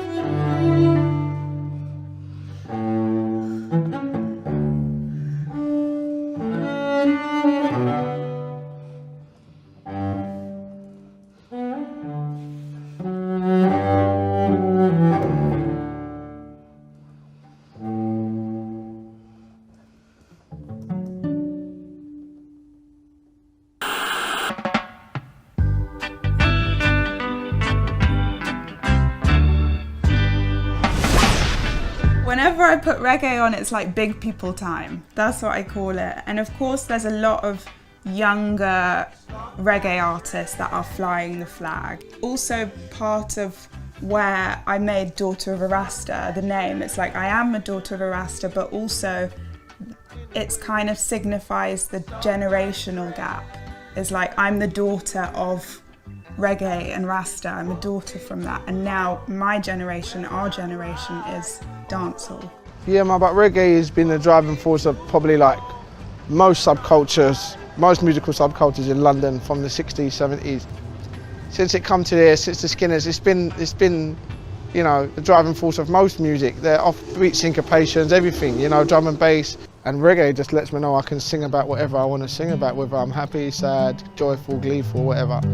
You know, pull it out there. Struggling, pull it out there. I'm joyful for reggae because it's just taught me to voice whatever's on your mind. There are no fairy tales in East London. Boy, yo. Fairy tale inside the dungeon. Oh wait. All of the lyrics out under the truncheon. Babylon, one in the stand all of a sudden. Babylon, one in the stand all of a sudden. To be a young man. Denounce using the fruits of Babylon, so to speak. Be a young man. Any kind of organization. Fruits of Babylon. Babylon Well, have. yeah.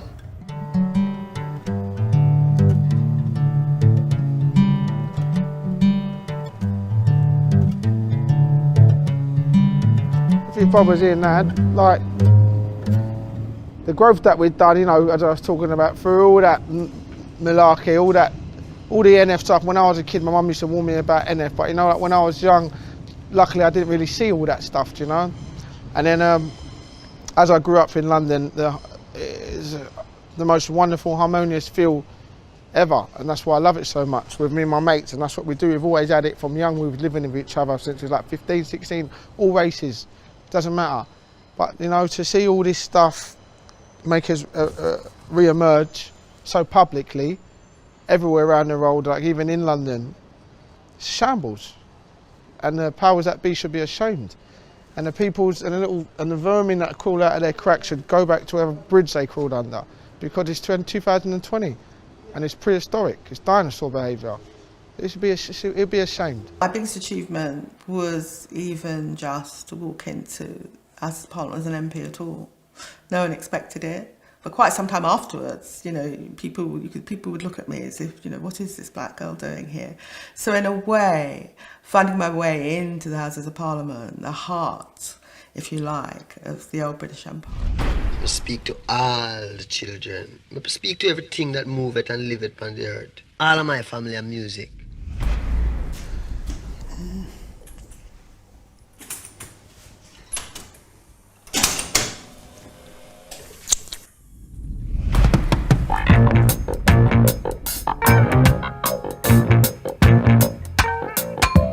Get up, stand up. Stand up for your right. Get up, stand up. It's interesting in the 21st century that the side of Bob that's being pushed is the kind of love, spiritual, conscious thing, which we all need, don't get me wrong. But I don't think that it should be at the expense of the ragamuffin, rude boy, rebel, because we need that too. Just look at what's going on. Don't give up the fight.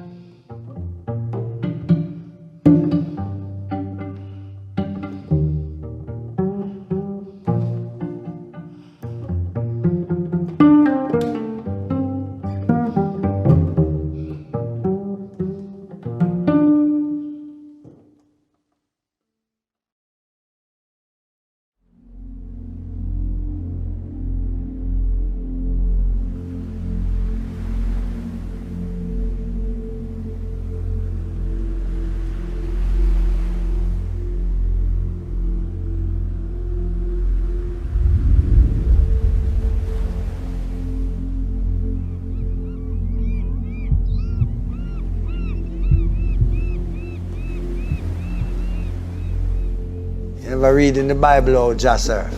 Read Genesis 1 and you will understand why I love surfing. In the beginning was the Word and the Word was with God. And the Spirit of God moves on the surface of the water. When I'm on a big wave and the wave is breaking and I'm standing there motionless but moving at 35 miles an hour through the midst of the tempest, I just feel like Jah walk on the water. A blessing, a gift from the Almighty. We can't live without water and yet it falls from the sky. The sea is real to me like how the sky is real and the mountains are real. It's a part of my environment. As a kid, you definitely like the melody because, you know, it's something that you're always hearing. And when we used to go on surf trips, you used to drive to the other coast when you're like 10, 11, 12-year-olds. They put on Bob's music.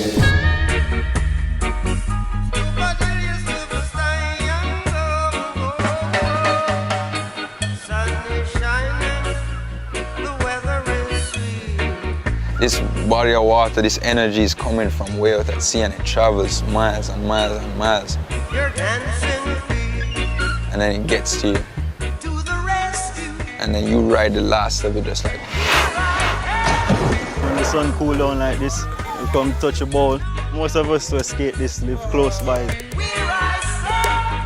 It could be the people, the food, just how they move. It's the vibe and the feeling you get.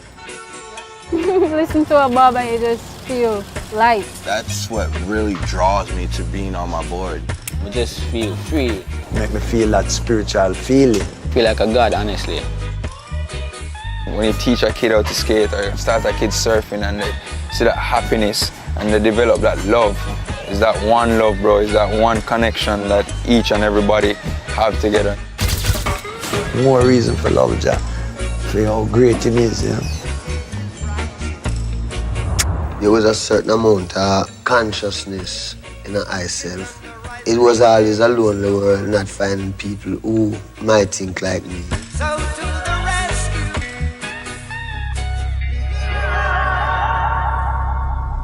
What you're doing requires a community. Yeah, the spirit of community is the greatest feeling, you know, of humanity. That's why harmony is so nice, you know, and people singing harmony. Jamaica, 8 miles Bull Bay, 8 miles east of Kingston, on the south coast of Jamaica.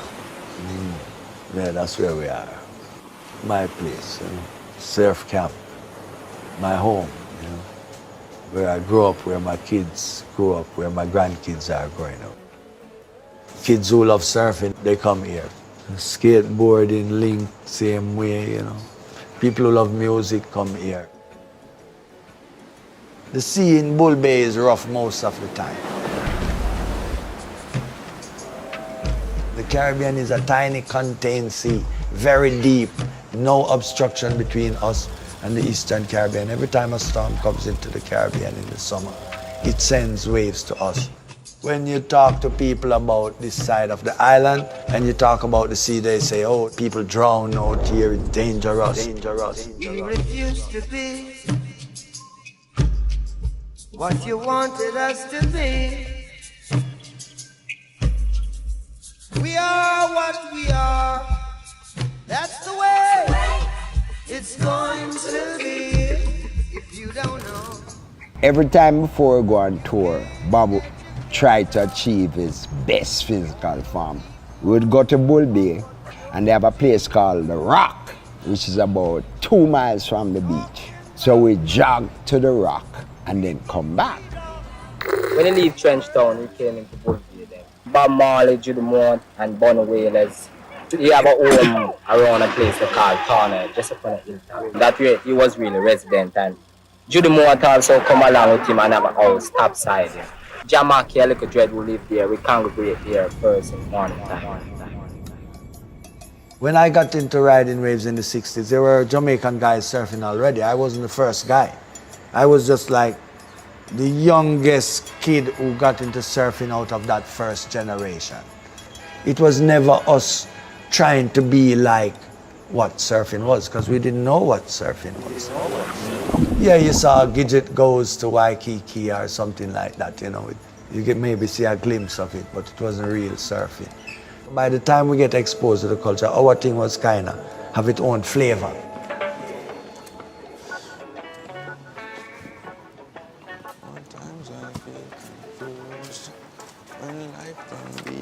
Blue. Would they seem far and few? But it always feels better with you.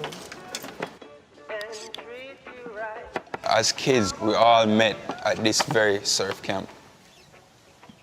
Growing up, we saw people surfing, had friends that surf because Bull Bay is such a small town, and it's kind of where surfing originated on the island. Jamnesia is kind of like a second home to me. Spent so many days around here surfing, hanging with friends. I used to get cussed at by my mother that I don't spend enough time at my own house. This has been a hub that really helped young kids to realize their true potential.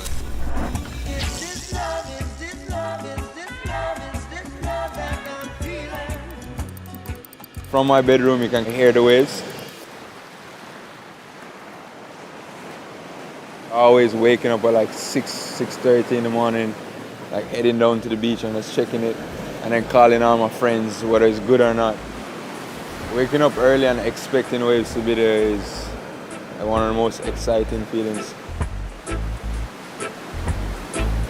Most of the earth is covered with water. Earth and water. Everything is dependent on each other. God didn't make it unbalanced. Surfing is a great thing, teach them character. Let them take on the earth and its elements and realize that you are the master of them, You can be the master of your own destiny. I remember the first wave I rode, I was on one of Uncle Billy's boards. He had a board with a seagull on it, like a white seagull. Went out there the first day, got pushed into the first wave and stood up and ride it right onto the rocks.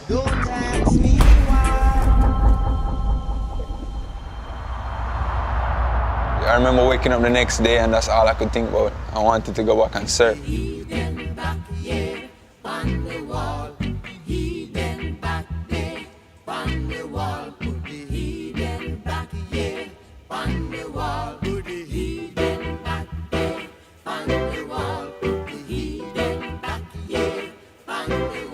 When you see a wave on the horizon and you're watching it approach you, you have no idea what the wave is going to do until you surf it.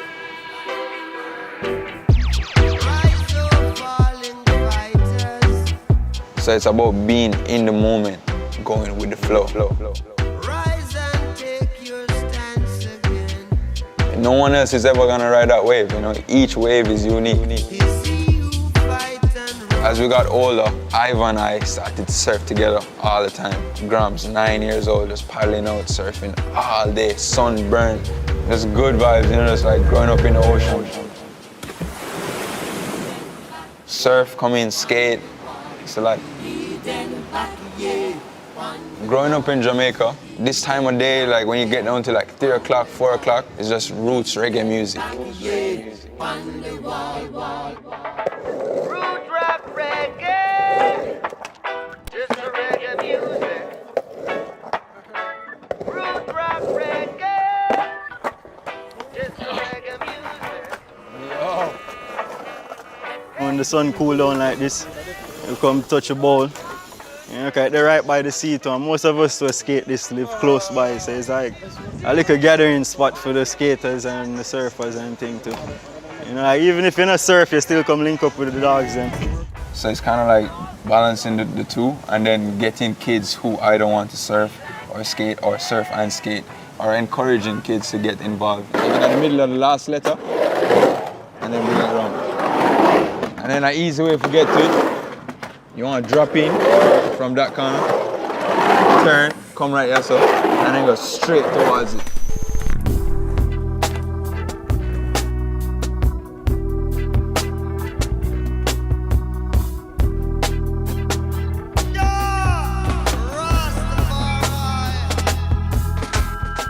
It's like a different crowd, but same kind of energy, where everybody just get together and have fun.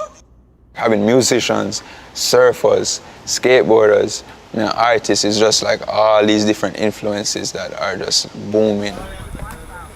So as a kid, you're just like, find so many different interests. You grow up hearing Bob's music all over the place. you're kind of born into that atmosphere.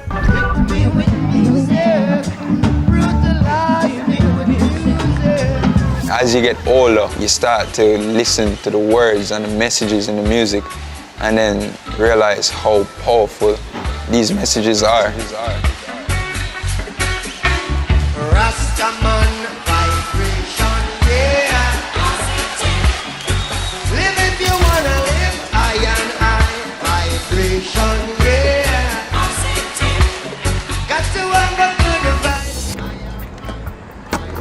vibe. Bob Marley them used to skate back in the days. I'm a street skater still. The streets me really. Over the past few months still, I just improved from the street skating. If you get down and you quarrel every day,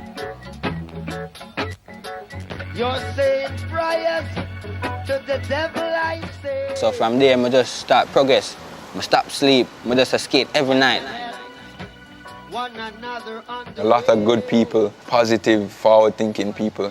Skateboarders overseas, I feel like, throughout history, have the reputation of being wild and like anti-society, rock and roll music. Skateboarders are seen as vandals and hooligans. Right now, skateboarders, we don't have that reputation. We have a reputation like, oh, we're community builders. We get kids into something productive. This is such a wonderful sport. Let's make it positive. Let's keep it positive. Let's get people involved. Let's have kids get happy off of skateboarding. You don't see the skateboarders and go like, oh, I'm scared to go over there. You see the skateboarders and go, yo, I want to go hang with those guys. The youth is the future. The youth is the people who have to change the world. The youth is everything. You understand? So I want the youth them to come and realize that they can make a change. They can make things different. They don't have to accept bullshit.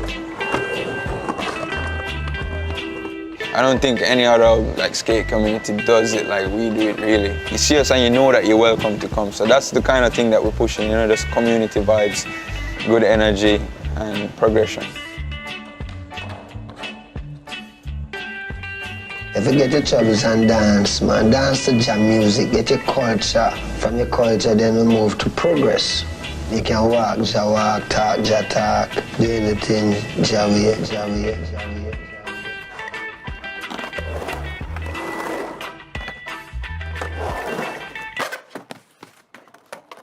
When the board flip me off, I hit right here, I hit here, I hit my chin, I hit my forehead, and then I flick up on the ground.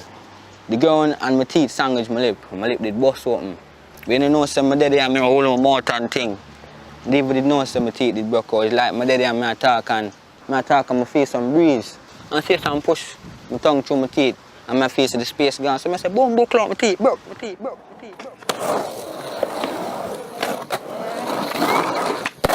Whoa, we have it, man. Right there. It's like that just changed my life. You see me, I decided to say, oh, I can't stop skate because the little smile is gone and the girl them love. I'm always over here, you see me? Because over here I have the real vibes, the ball. Surfing, skating, everything. So, Daniel remind me of myself when I used to skate in my prime, you see me? When I used to dip on the street every day, I just see Daniel, you see me? Little brother that, you know?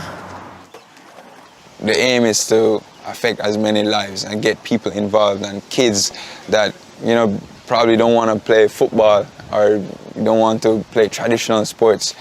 Well, flip, board slide, everything. That man, you know? To have another hub within their community where they can fit in, and express themselves. Sometimes skating, sometimes surfing, 4-wheel or 3-fin, similar feeling to dreaming. I wave them out there and I'm getting the feeling.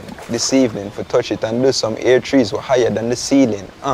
Touch on the beach we are reach grand price. I have a G, a teach, couple B's. You don't know so we're surfing for free. Stacking the G's. Look and you will see. All of my dogs them in the ocean catching waves out at sea. Banging! Them dead. Pull up! Right up the beach from Jamnesia Surf Camp. It's a swell that kind of been waiting on it a little bit this week. 6 to 8 on the biggest sets. Enough for everybody, you know. Like we can all agree that we love this thing. So it's just that one love that we all share for humanity. If you listen to Bob Marley song, like the vibe that it creates for you, that's what surfing creates by having friends like Shama, Ivan, and all the other guys. It's a very small, tight community. Are just friends who surf together. It hasn't grown into something commercial as yet. You know, it's more cultural right now. You know, like, whoa! Yo, watch your back one. Yo! Yo! Naturally, everybody progress. Because as you say, a guy doing a trick, you don't want to be the only guy not doing it. So, like most of the kids will progress that way. Sometimes you have a little fear in it, you know? But you have to toughen up your heart if you really want to learn it and get better, you see me?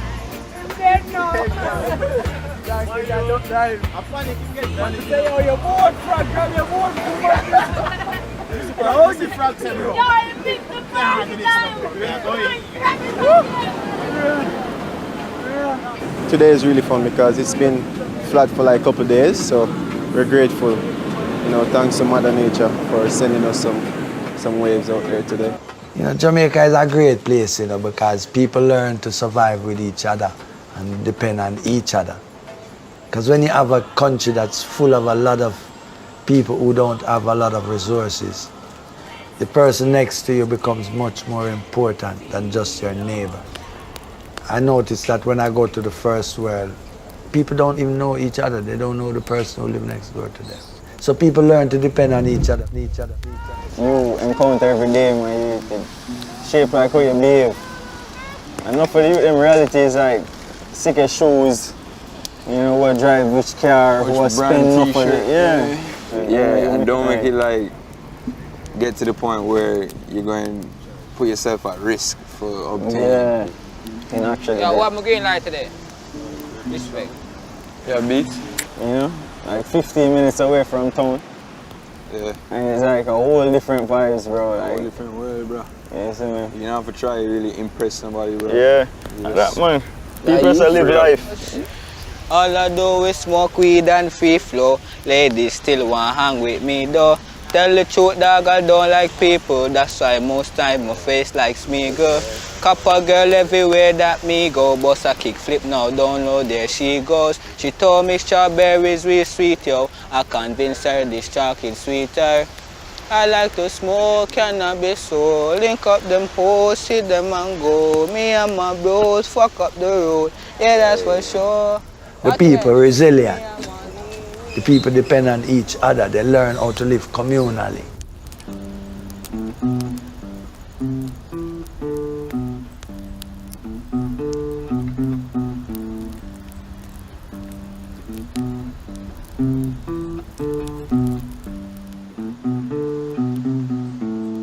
Old pirates, yes, they rob I, sold I to the merchant ships.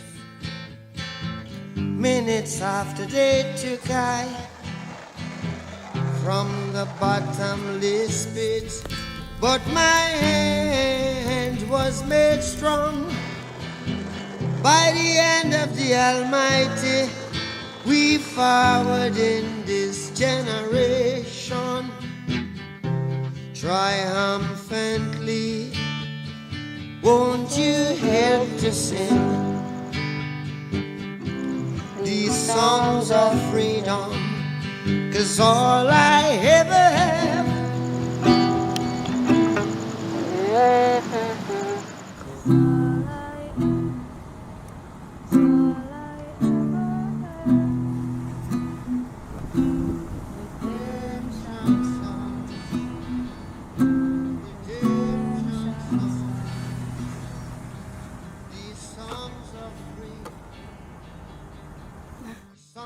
For me, it's not easy to go out and skate freely.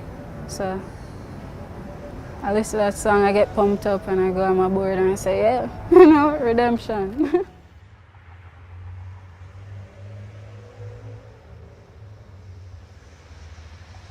We're from a poor background, not a very wealthy background, so it's best for me to like go to university, get my qualifications, get a good paying job and help the family. That's my mother perspective on life. And she looks at skateboarding as just Waste of time. Before skateboarding, I had my mom's mindset. And when I started skating, it's like a whole different mindset. It's like my brain turned. And I become myself because skateboarding is who I am. When I started, I realized there weren't any skate parks or anywhere that anyone could skate freely other than the one at the gully at Bull Bay. Sharman and Ivor, they built that for their community and other skateboarders. A few years back, we used to have nowhere to skate because there's no existing skate park on the island, you know, no skate shops. In my community, Wiki Waki, which is like 2 minutes from here, the government was establishing a sewage plant to emit sewage out into the ocean. The people in the community said, you can't go through with this, they protested against it, and the whole operation was called off. But they got as far as building the drainage system. To see where it started to where it is now, where we have like international people coming and skating on DIY spot. People hitting us up like, bro, we want to come skate the gully, you know, it's crazy. Hey, my skater chick. Welcome back. Yo. Crazy skateboarder, and we actually used to watch Boo footage all the time. You know, like, I think I found out about him probably like 3 years ago. You know, I was watching all his parts, and then we kind of skate a bit similar. So my friends used to always say, Shama Boo, or it's like stupid shit like that. Seems like you guys been busy, bro. Like back home, I'll do one skate session and work out, and I'm done for the day. Like so tired. You guys did like 5. Oh, heck. Yeah, we did surfing the other day and skating the other day too. Yeah. We skate the board and skate the board and then surfing and eating and go skating in the night again. Skateboarding's more than skateboarding. It's a connection you find within your board, and that connection flows through everyone that steps on the board. You could take it even to Kadama. That one's so hard, bro. Yeah. Ah!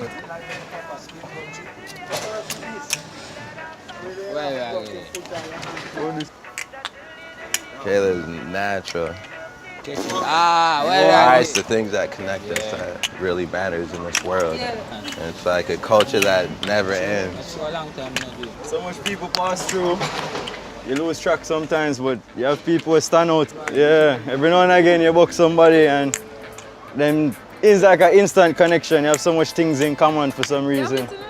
When you come here, you just feel it.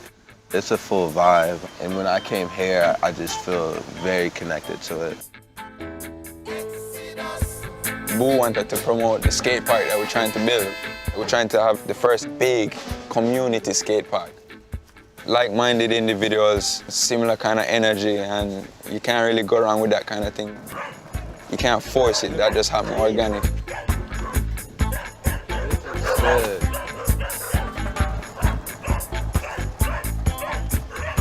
It's different than anything, and everyone's so free. People are smoking in the corner, people are doing whatever they want, you know, it's creating a vibe.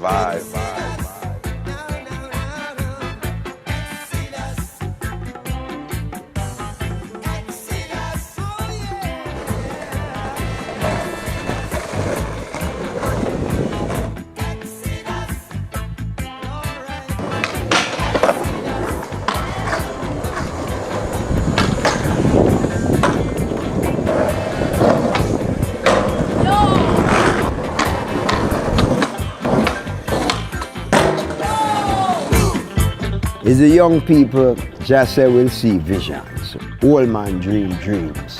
The strength, physically, everything is with the youth. You're always gonna have kids skate the street, cause that is just tradition, but I'm gonna be like, oh, you know, you're on private property, get off my lawn. We put thought into it, you know, like carefully placing each obstacle. We'd come together as a group, what we're gonna build next? And then everybody would say, all right, I have $20, and we'd just pool all our resources make a date and we just mix concrete, get it done, you know, like really just grassroots. People in the community were like, all right, so if you're building concrete obstacles, then you're gonna be blocking the flow of water. When we were designing where to put obstacles, the thought was always, we want to build them to the side so there's still waterway to run. And so it's all engineered, you know, and like trial and error. But some of those moments, like building stuff with your friends and then skating it after, is like some of the most memorable moments. You know?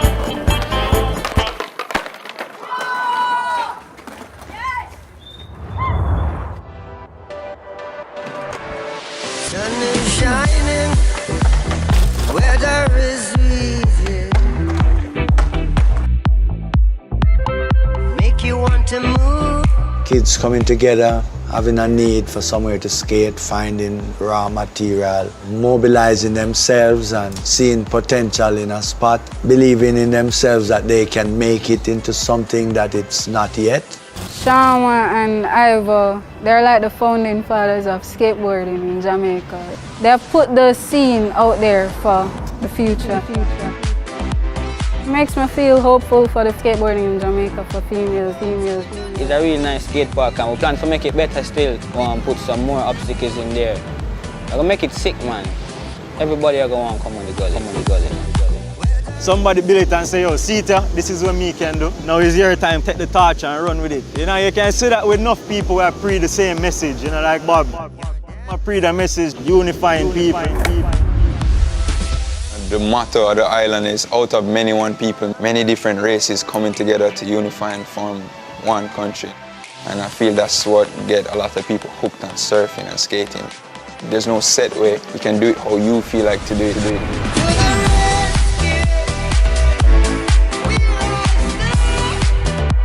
For them it was a wonderful growing experience for them to realize that you can make things happen for yourself, for your reasons, within your own framework and community and support group that you have. You can get what you want. So I think that was just a manifestation of them coming into themselves as human beings and young people. Surfing and skateboarding was the vehicle that gave them that learning experience. That is what that gully represents.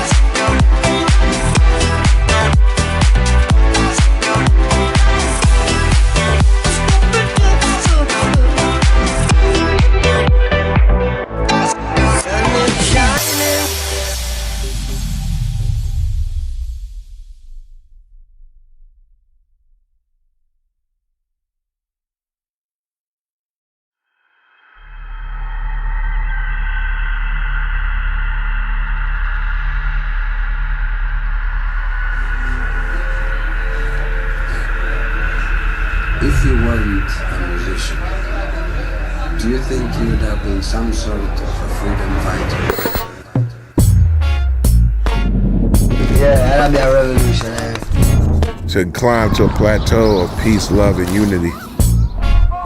You can't have peace if you have a foot on your neck stomping you down.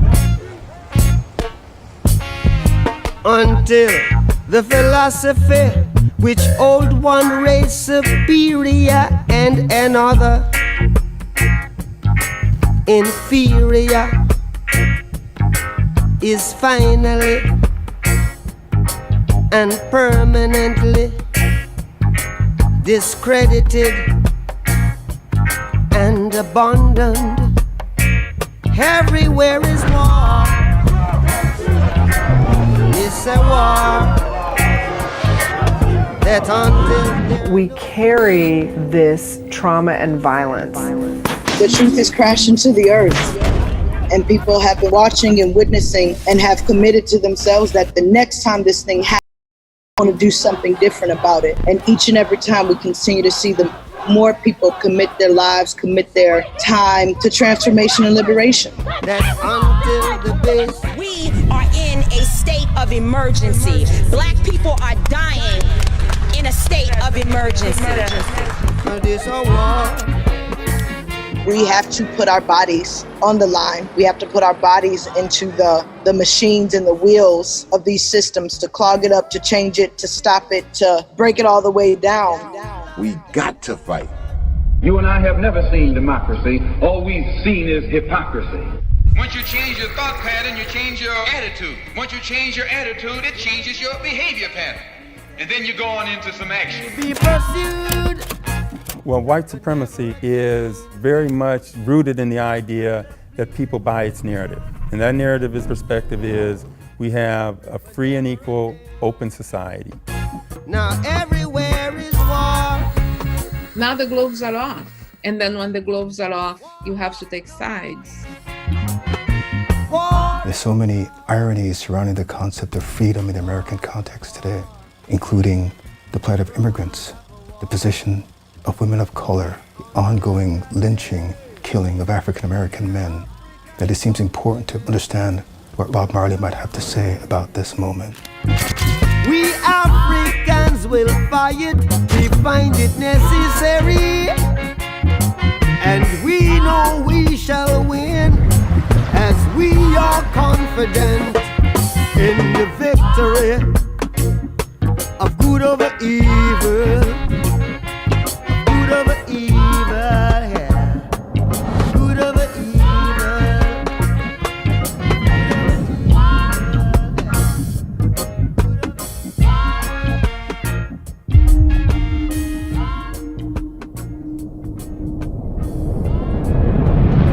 Them can't see the truth, because the truth will not be found there. That is why the man said this revolution will be telepathic.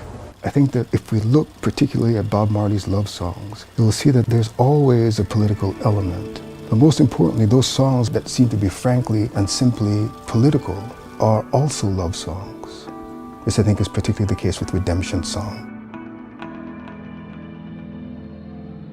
I know that people across the world revere Bob Marley as being one that helps to articulate their struggle, their love, their pain. The world spring politics off of God because they want to fight against God, then they build politics around him. But what we're dealing with is not politics, we are dealing with the truth, the only survival for human beings. Well, he was a real leader, a real folk leader in the real sense. He never changed from that. He never essentially changed as a person at all. He was the same person all the time. He never separated himself from the people. I think of liberation when I think of Bob Marley's music. I think of a person that constantly fought to be free.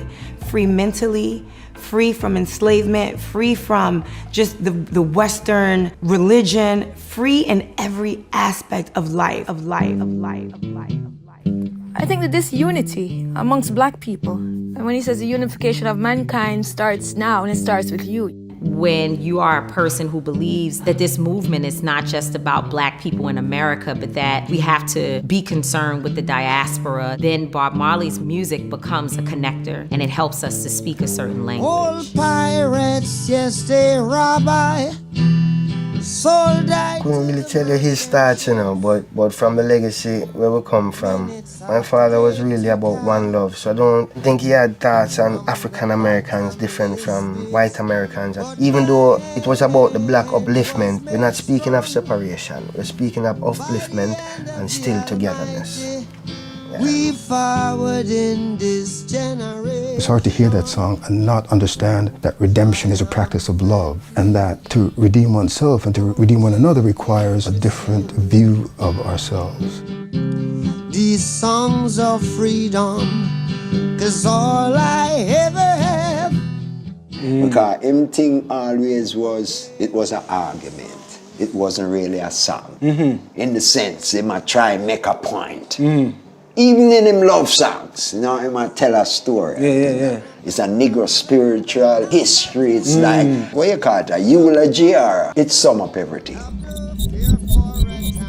So it's a call for a different gaze. In other words, in Rastafari, love is an epistemology. It's a way of seeing, it's a way of creating knowledge. It's an epistemological force that's designed to undo how we might otherwise be obligated to see one another under the colonial gaze. Now is the black people time to really recognize themselves and deal with it properly, you know? Because we are a people and not just slaves,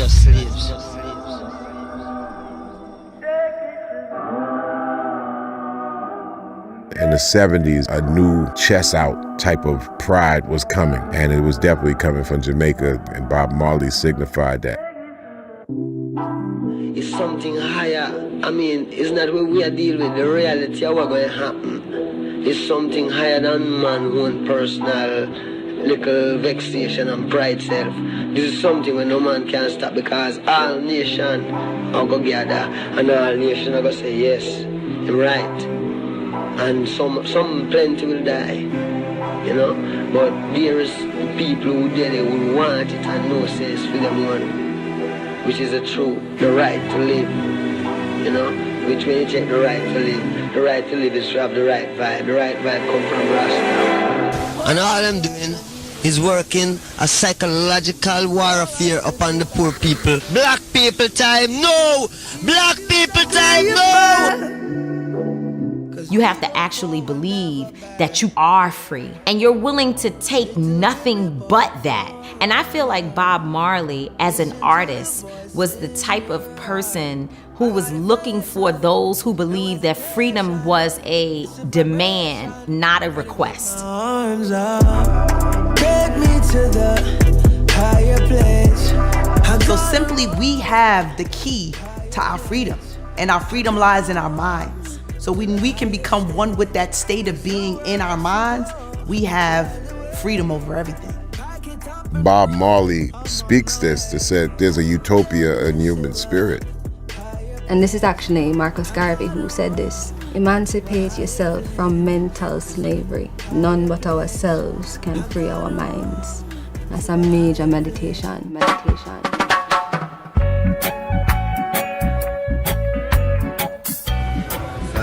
Bring the unification of all Africans, like Marcus Garvey preached about, you know. That is what the album is really deal about, unity. Every single reggae artist worth their salt has a song about Marcus Garvey, commemorating his work, understanding his place as a prophet. You got to talk about the movement of Marcus Garvey. To boldly say Africa is not a curse word. Africa is the word.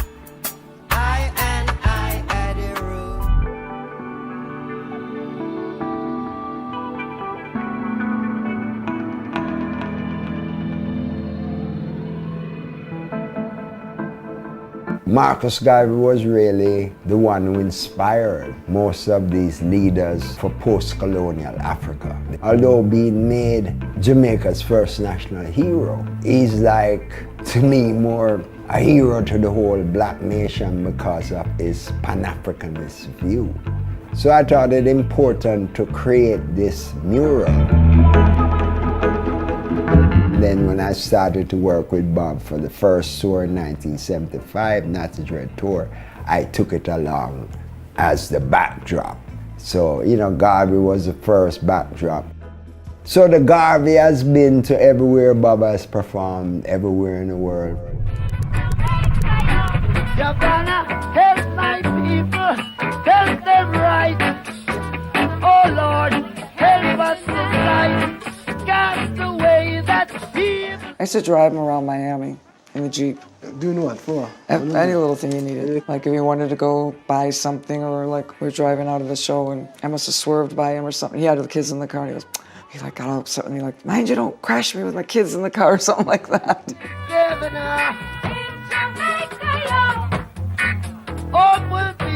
We were coming back down and the cop pulls us over, state trooper. State trooper says, your tag's expired or something like that. I said, okay, but it shouldn't be expired. He goes, well, come in the car. Back then they used to take you in the car.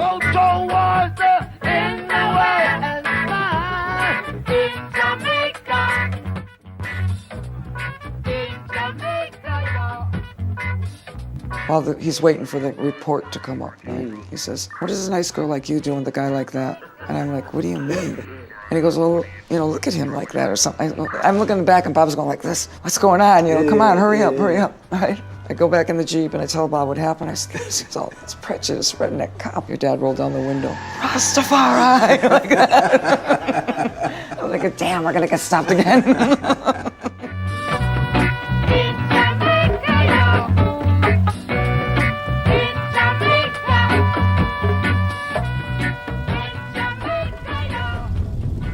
Don't forget that 75, 76 was the peak of disco fever. Okay. And that's what black radio stations were playing. At the time, reggae was essentially being played in college and underground FM stations around the country. So getting to crack into black radio was difficult. You had any conversation with Bob specifically about the black audience? Well, other than we wanted to reach, but that was very important to him. He was aware we weren't getting coverage that we wanted to get in that audience. And he was aware of the resistance.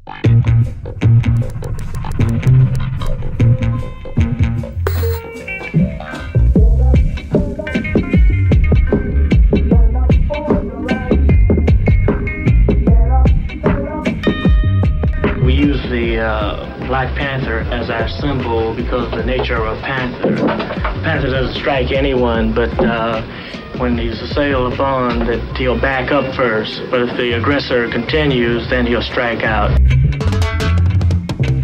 Preacher man, don't tell me heaven is under the earth. One of the things that has been distorted in the mainstream perception of the Black Panthers is that Black militancy was about afros and guns.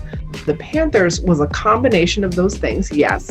Self-determination. It was a Black Panther Party for self-defense, so people were willing to defend themselves against different forms of white supremacy, including the police.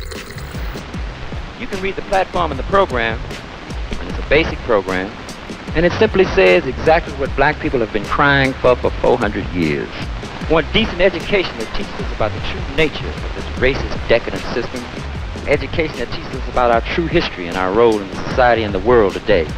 Essentially, the Black Panther Party, they were also socialists. The Bay Area was one of these places with strong traditions of socialism, but also strong traditions of Black liberation. We want all black brothers to be exempt from military service. And we want an immediate end to police brutality and murder of black people. At that time, folks really were fed up with the system. Fed up with all different kinds of things going on in the system, from the militarism of the Vietnam War to segregation and the war on black people to the failures and limitations of programs like the New Deal to really address systemic racism for Black and Latinx and Native people. Get up, stand up. I remember Bob was in Delaware during that whole civil rights movement time. Right. Same time I go and work to like 66 things, so that's how I did end up singing tune like Black Progress and all them things. So a long time, I'm in the struggle. FBI Director J. Edgar Hoover today asserted that the Black Panthers represent the greatest internal threat to the nation. Take away everything and make everybody feel high. But if you know what life is worth, You have to understand, that people have to pay the price for people. If you dare to struggle, you dare to win. If you dare not to struggle, then goddamn it, you don't deserve to win. Let me say peace to you if you're willing to fight for it. Let me say it in the spirit of liberation. You ain't gonna do no revolutionary act. Forget about me. I don't want myself on your mind if you're not gonna work for the people. Like we always said, if you actually make a commitment at the age of 20, and you say, I don't want to make that commitment only because of the simple reason that I'm too young to die, I want to live a little bit longer. What you did already.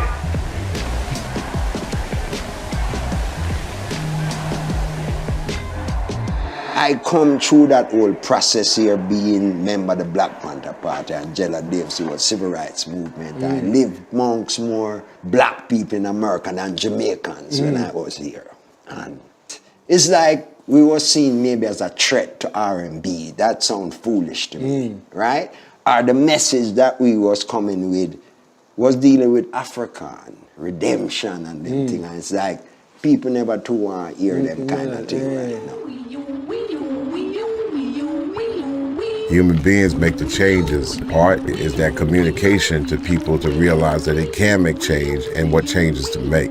Yes, we're fighting to change the material conditions of our people, and I believe that everything has been commodified.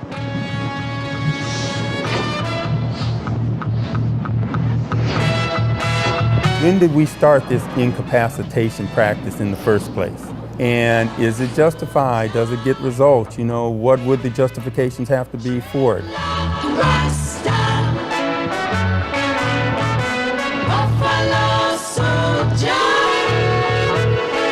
This call is from an inmate at a federal prison. I'm a 56-year-old man from Dallas, Texas, and I'm serving a life sentence without parole for a nonviolent marijuana conviction. I have been incarcerated for 11 years, and I'm in dire and desperate need of your help. I was offered a 12-year sentence in exchange for my cooperation if I testified against my co-defendant and others.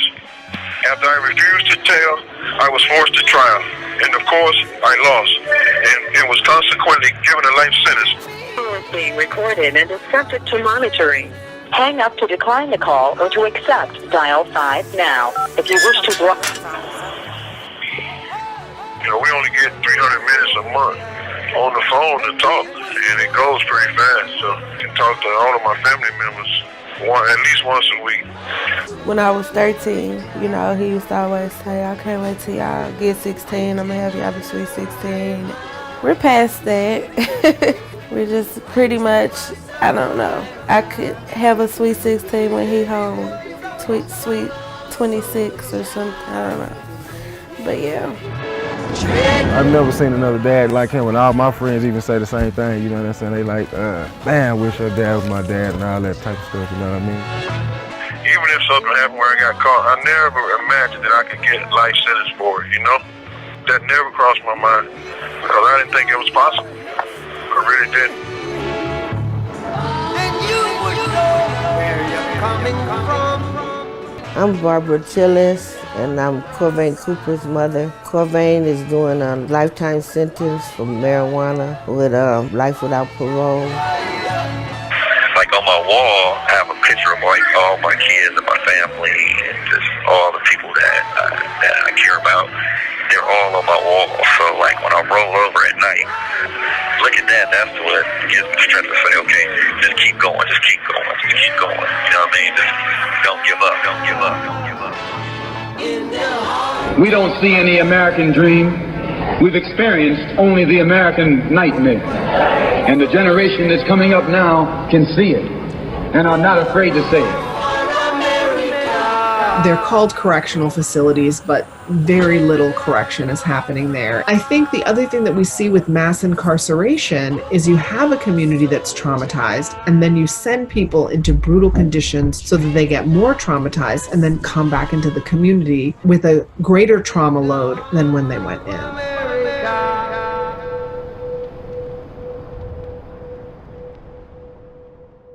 I know a little bit about Jamaica, and I understand in Kingston, Trenchtown is a rough part of town. How did you survive?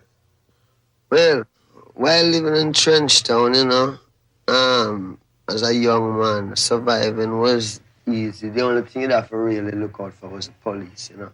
Because the police could just get you, frame you, you go to prison, and because you come from Trenchtown. You know, Trenchtown, from them say, where you from? They say, Trenchtown. You're gone.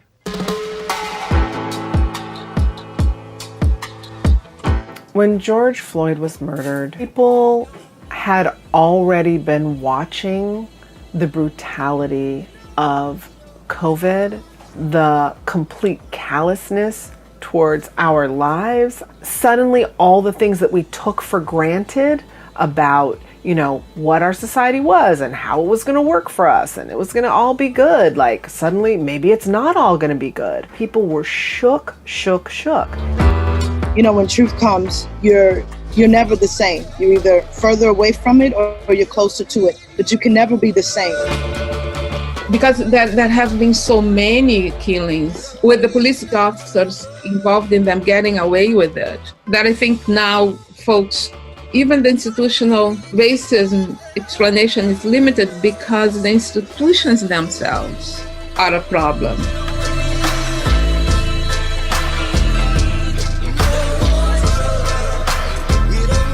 There's a tendency for us to often think that what these families are dealing with all over the country is a broken system. But when a system is broken, what that means is that system was designed well, was well-intentioned, and has deviated from the way it was designed. That's not what we're dealing with. We're dealing with not politics, but our own tradition, from creation.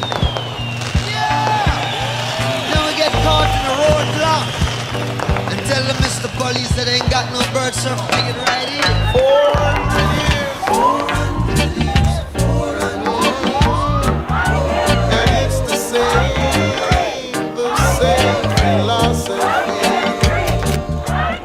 For 400 years you had your knees on our necks. A garden of evil with no seeds of respect. In America's mirror, all she sees is regret. Instead of letting blood live, they begging for bloodlet. Revenge is a dish that's served on platelets.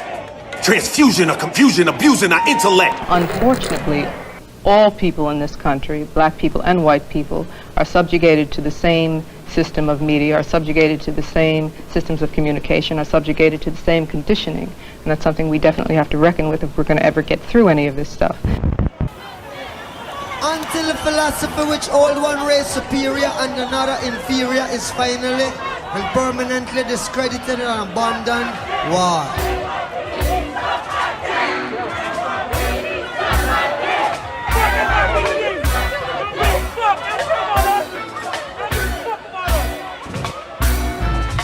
Jumping up and down on police cars, I'm vexed. After Chauvin killed George Floyd, we got next. Molotov cocktails, anarchy on the set. The rich took the loot, so now we loot shit. Until the philosophy which hold one race superior and another inferior. The roots of oppression in the United States, very clearly and obviously, center around white supremacy. That is not to say it affects exclusively black people. It's not to say it affects exclusively people of color. It affects everyone. Well, everywhere is war.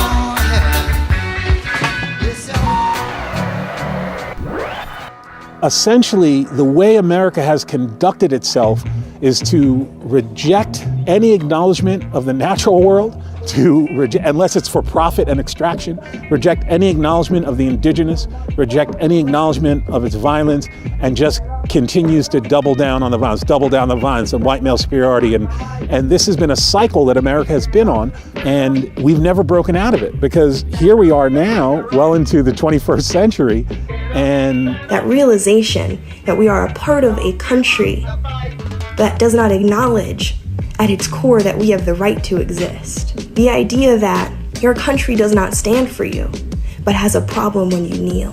The idea that your country does not stand for you, but has no issue kneeling on you. As far as when this shit gonna stop, it ain't gonna never stop. So yeah, you right. We should protect our Second Amendment rights. Cause in a second, a dirty cop can kick the door in at night.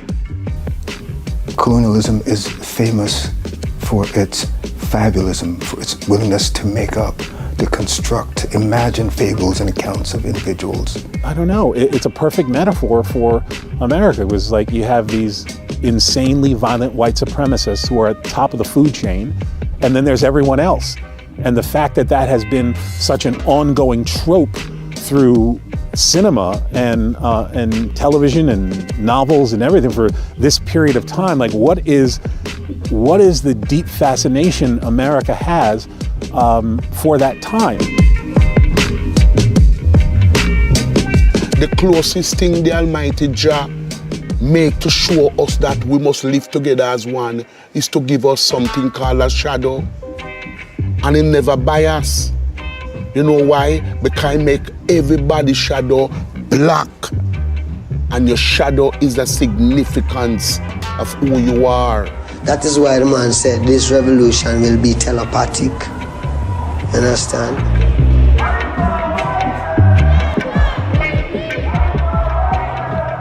So the Babylon system is a vampire, deceiving the people day by day.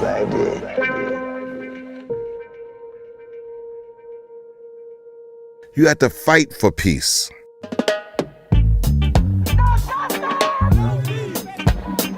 The idea of, cops who kill should be brought to justice. They should have consequences. In the past, that was a radical position. People had these sort of shrug, like, oh, well, there's one or two bad apples. Like, that's just the price we pay. But this system that we're fighting against was designed to oppress us. It's not broken. It's functioning exactly the way it was imagined, created, the way it was funded to work. The defund demand comes with some hindsight, insight, and foresight. We can look behind us and say, we know that this institution was never created for our good. We have the insight because we see what is currently happening with policies that are actively on the books. We can look at Minnesota. All the policies around excessive force and body cams, they had all that, and George Floyd still died. And so our foresight tells us that we cannot continue to prescribe small solutions to very big problems. Part of when this stuff started to shift, when we had the crash in 2008 and you had this unsustainable extractive capitalism happening here at home. And this kind of extractive capitalism has always been part of the United States. It was the extractive capitalism of saying, hey, we'll bring some people here from Africa, we'll make them do this really arduous but lucrative work, and we won't pay them. We'll steal the land from the indigenous people, and we will get rich off of that. And that's how it went down. And really, the crackdown on crime needs to start with this robber baron capitalism and exploitation. And defunding the police doesn't just mean one thing, it's a spectrum of things. But what we're finding is that urban police departments have budgets in the billions. In many US cities, it's half the budget. Everyone's got Black Lives Matter in every commercial now. And I'm like, that's cute and all. But what we're calling for is a shift in money, like period, point blank. We need to have community control over this question of what keeps us safe. So what we're talking about is food for the spirit. Mm-hmm. So the more you talk about this, the more you grow stronger. Until you don't talk about it, you're getting weak. True. Because that means you don't have anything to say. Right? And if you don't have nothing to say, boy, you're dead. It kind of seemed like what Bob Marley was talking about, like expanded generations. You know what I'm saying? Like it was like an age-old thing in the spiritual language that I've never heard before with anybody's music. And from then, I was hooked. Bass come in at the top of the verse.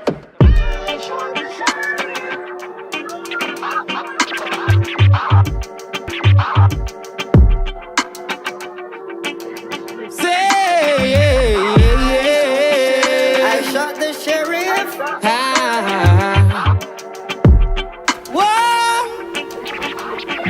If it's the black land they fear, tell me why they brought me here. If I'm a criminal by birth, What shall I call you who scorched the earth? Cricket cop, they do the devil work, that's all they know.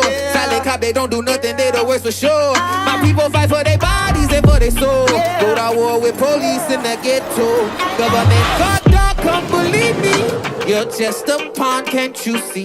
Pon my neck, they press their knee. Make it harder and harder to breathe. So I shot the sheriff. Shot the sheriff.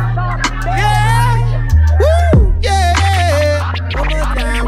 Say, it was I who shot the sheriff. Oh Lord, but I didn't shoot no deputy. Yeah.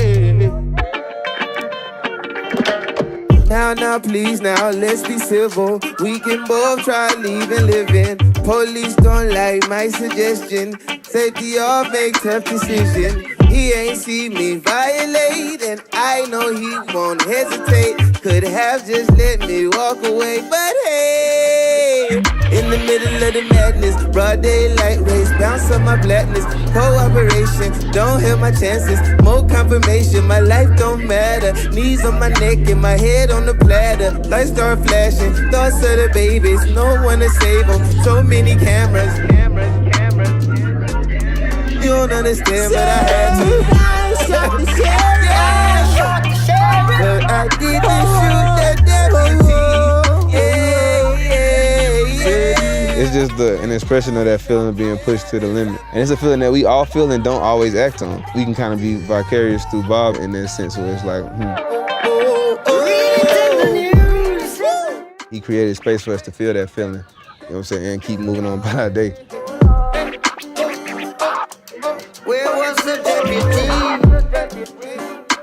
Yeah,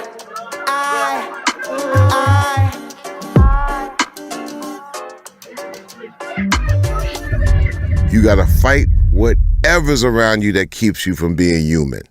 So this neighborhood likes to call the police on us, so we're going to be very quiet.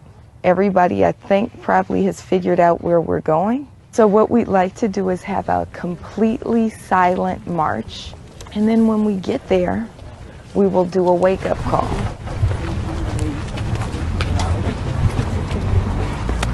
Ready?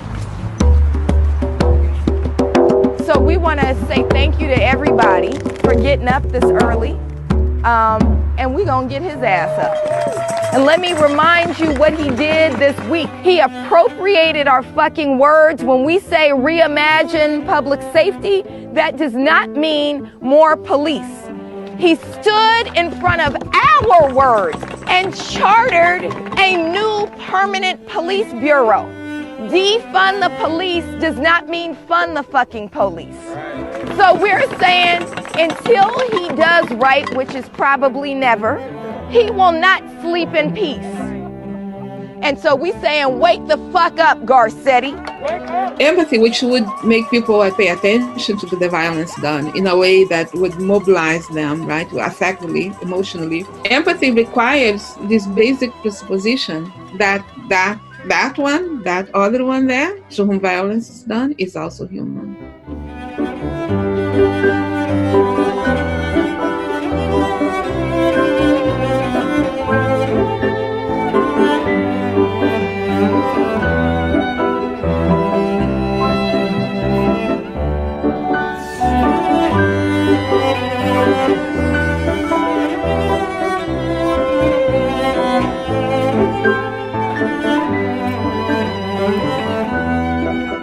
But when people started seeing that, oh, well, this rage can spill over into my neighborhood and, invade my property rights. So now I'm paying a price. Let's bring in the police to protect my property interests. My property interests are more important than any righteous rage that's being expressed over George Floyd.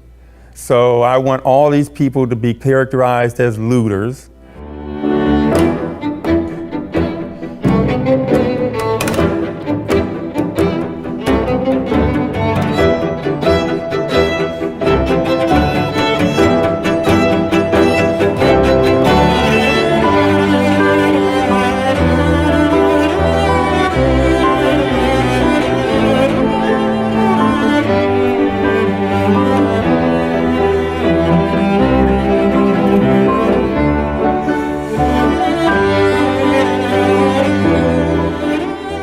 And once we call them looters, that's almost calling them the N-word right there. You know, that's up there with thug and scum. And so once we've called them looters, they're on the other side of our care and concern. We've otherized them now.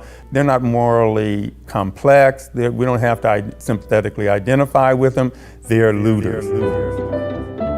Because young people who have essentially for the last 7 years of their life watched and witnessed Black folk talk about Black Lives Matter, which we know and understand that it's an old desire just spoken in a new tongue. And that to me is very ancestral. The memory of our people and the memory of struggle begins to take root when you begin listening to the truth. And that's why I think we're seeing such an outpouring. The world we want to build is possible. Love is the most revolutionary thing you can do right now. You can love one another. That is the most rebellious thing. There's nothing more rebellious than loving each other right now. Because the status quo is the division. So to be rebellious, to be revolutionary, you have to love. You have to love. You have to love. You have to love. So what really want is that the people want to come together. Which, it's not easy. It's not easy. It's not easy.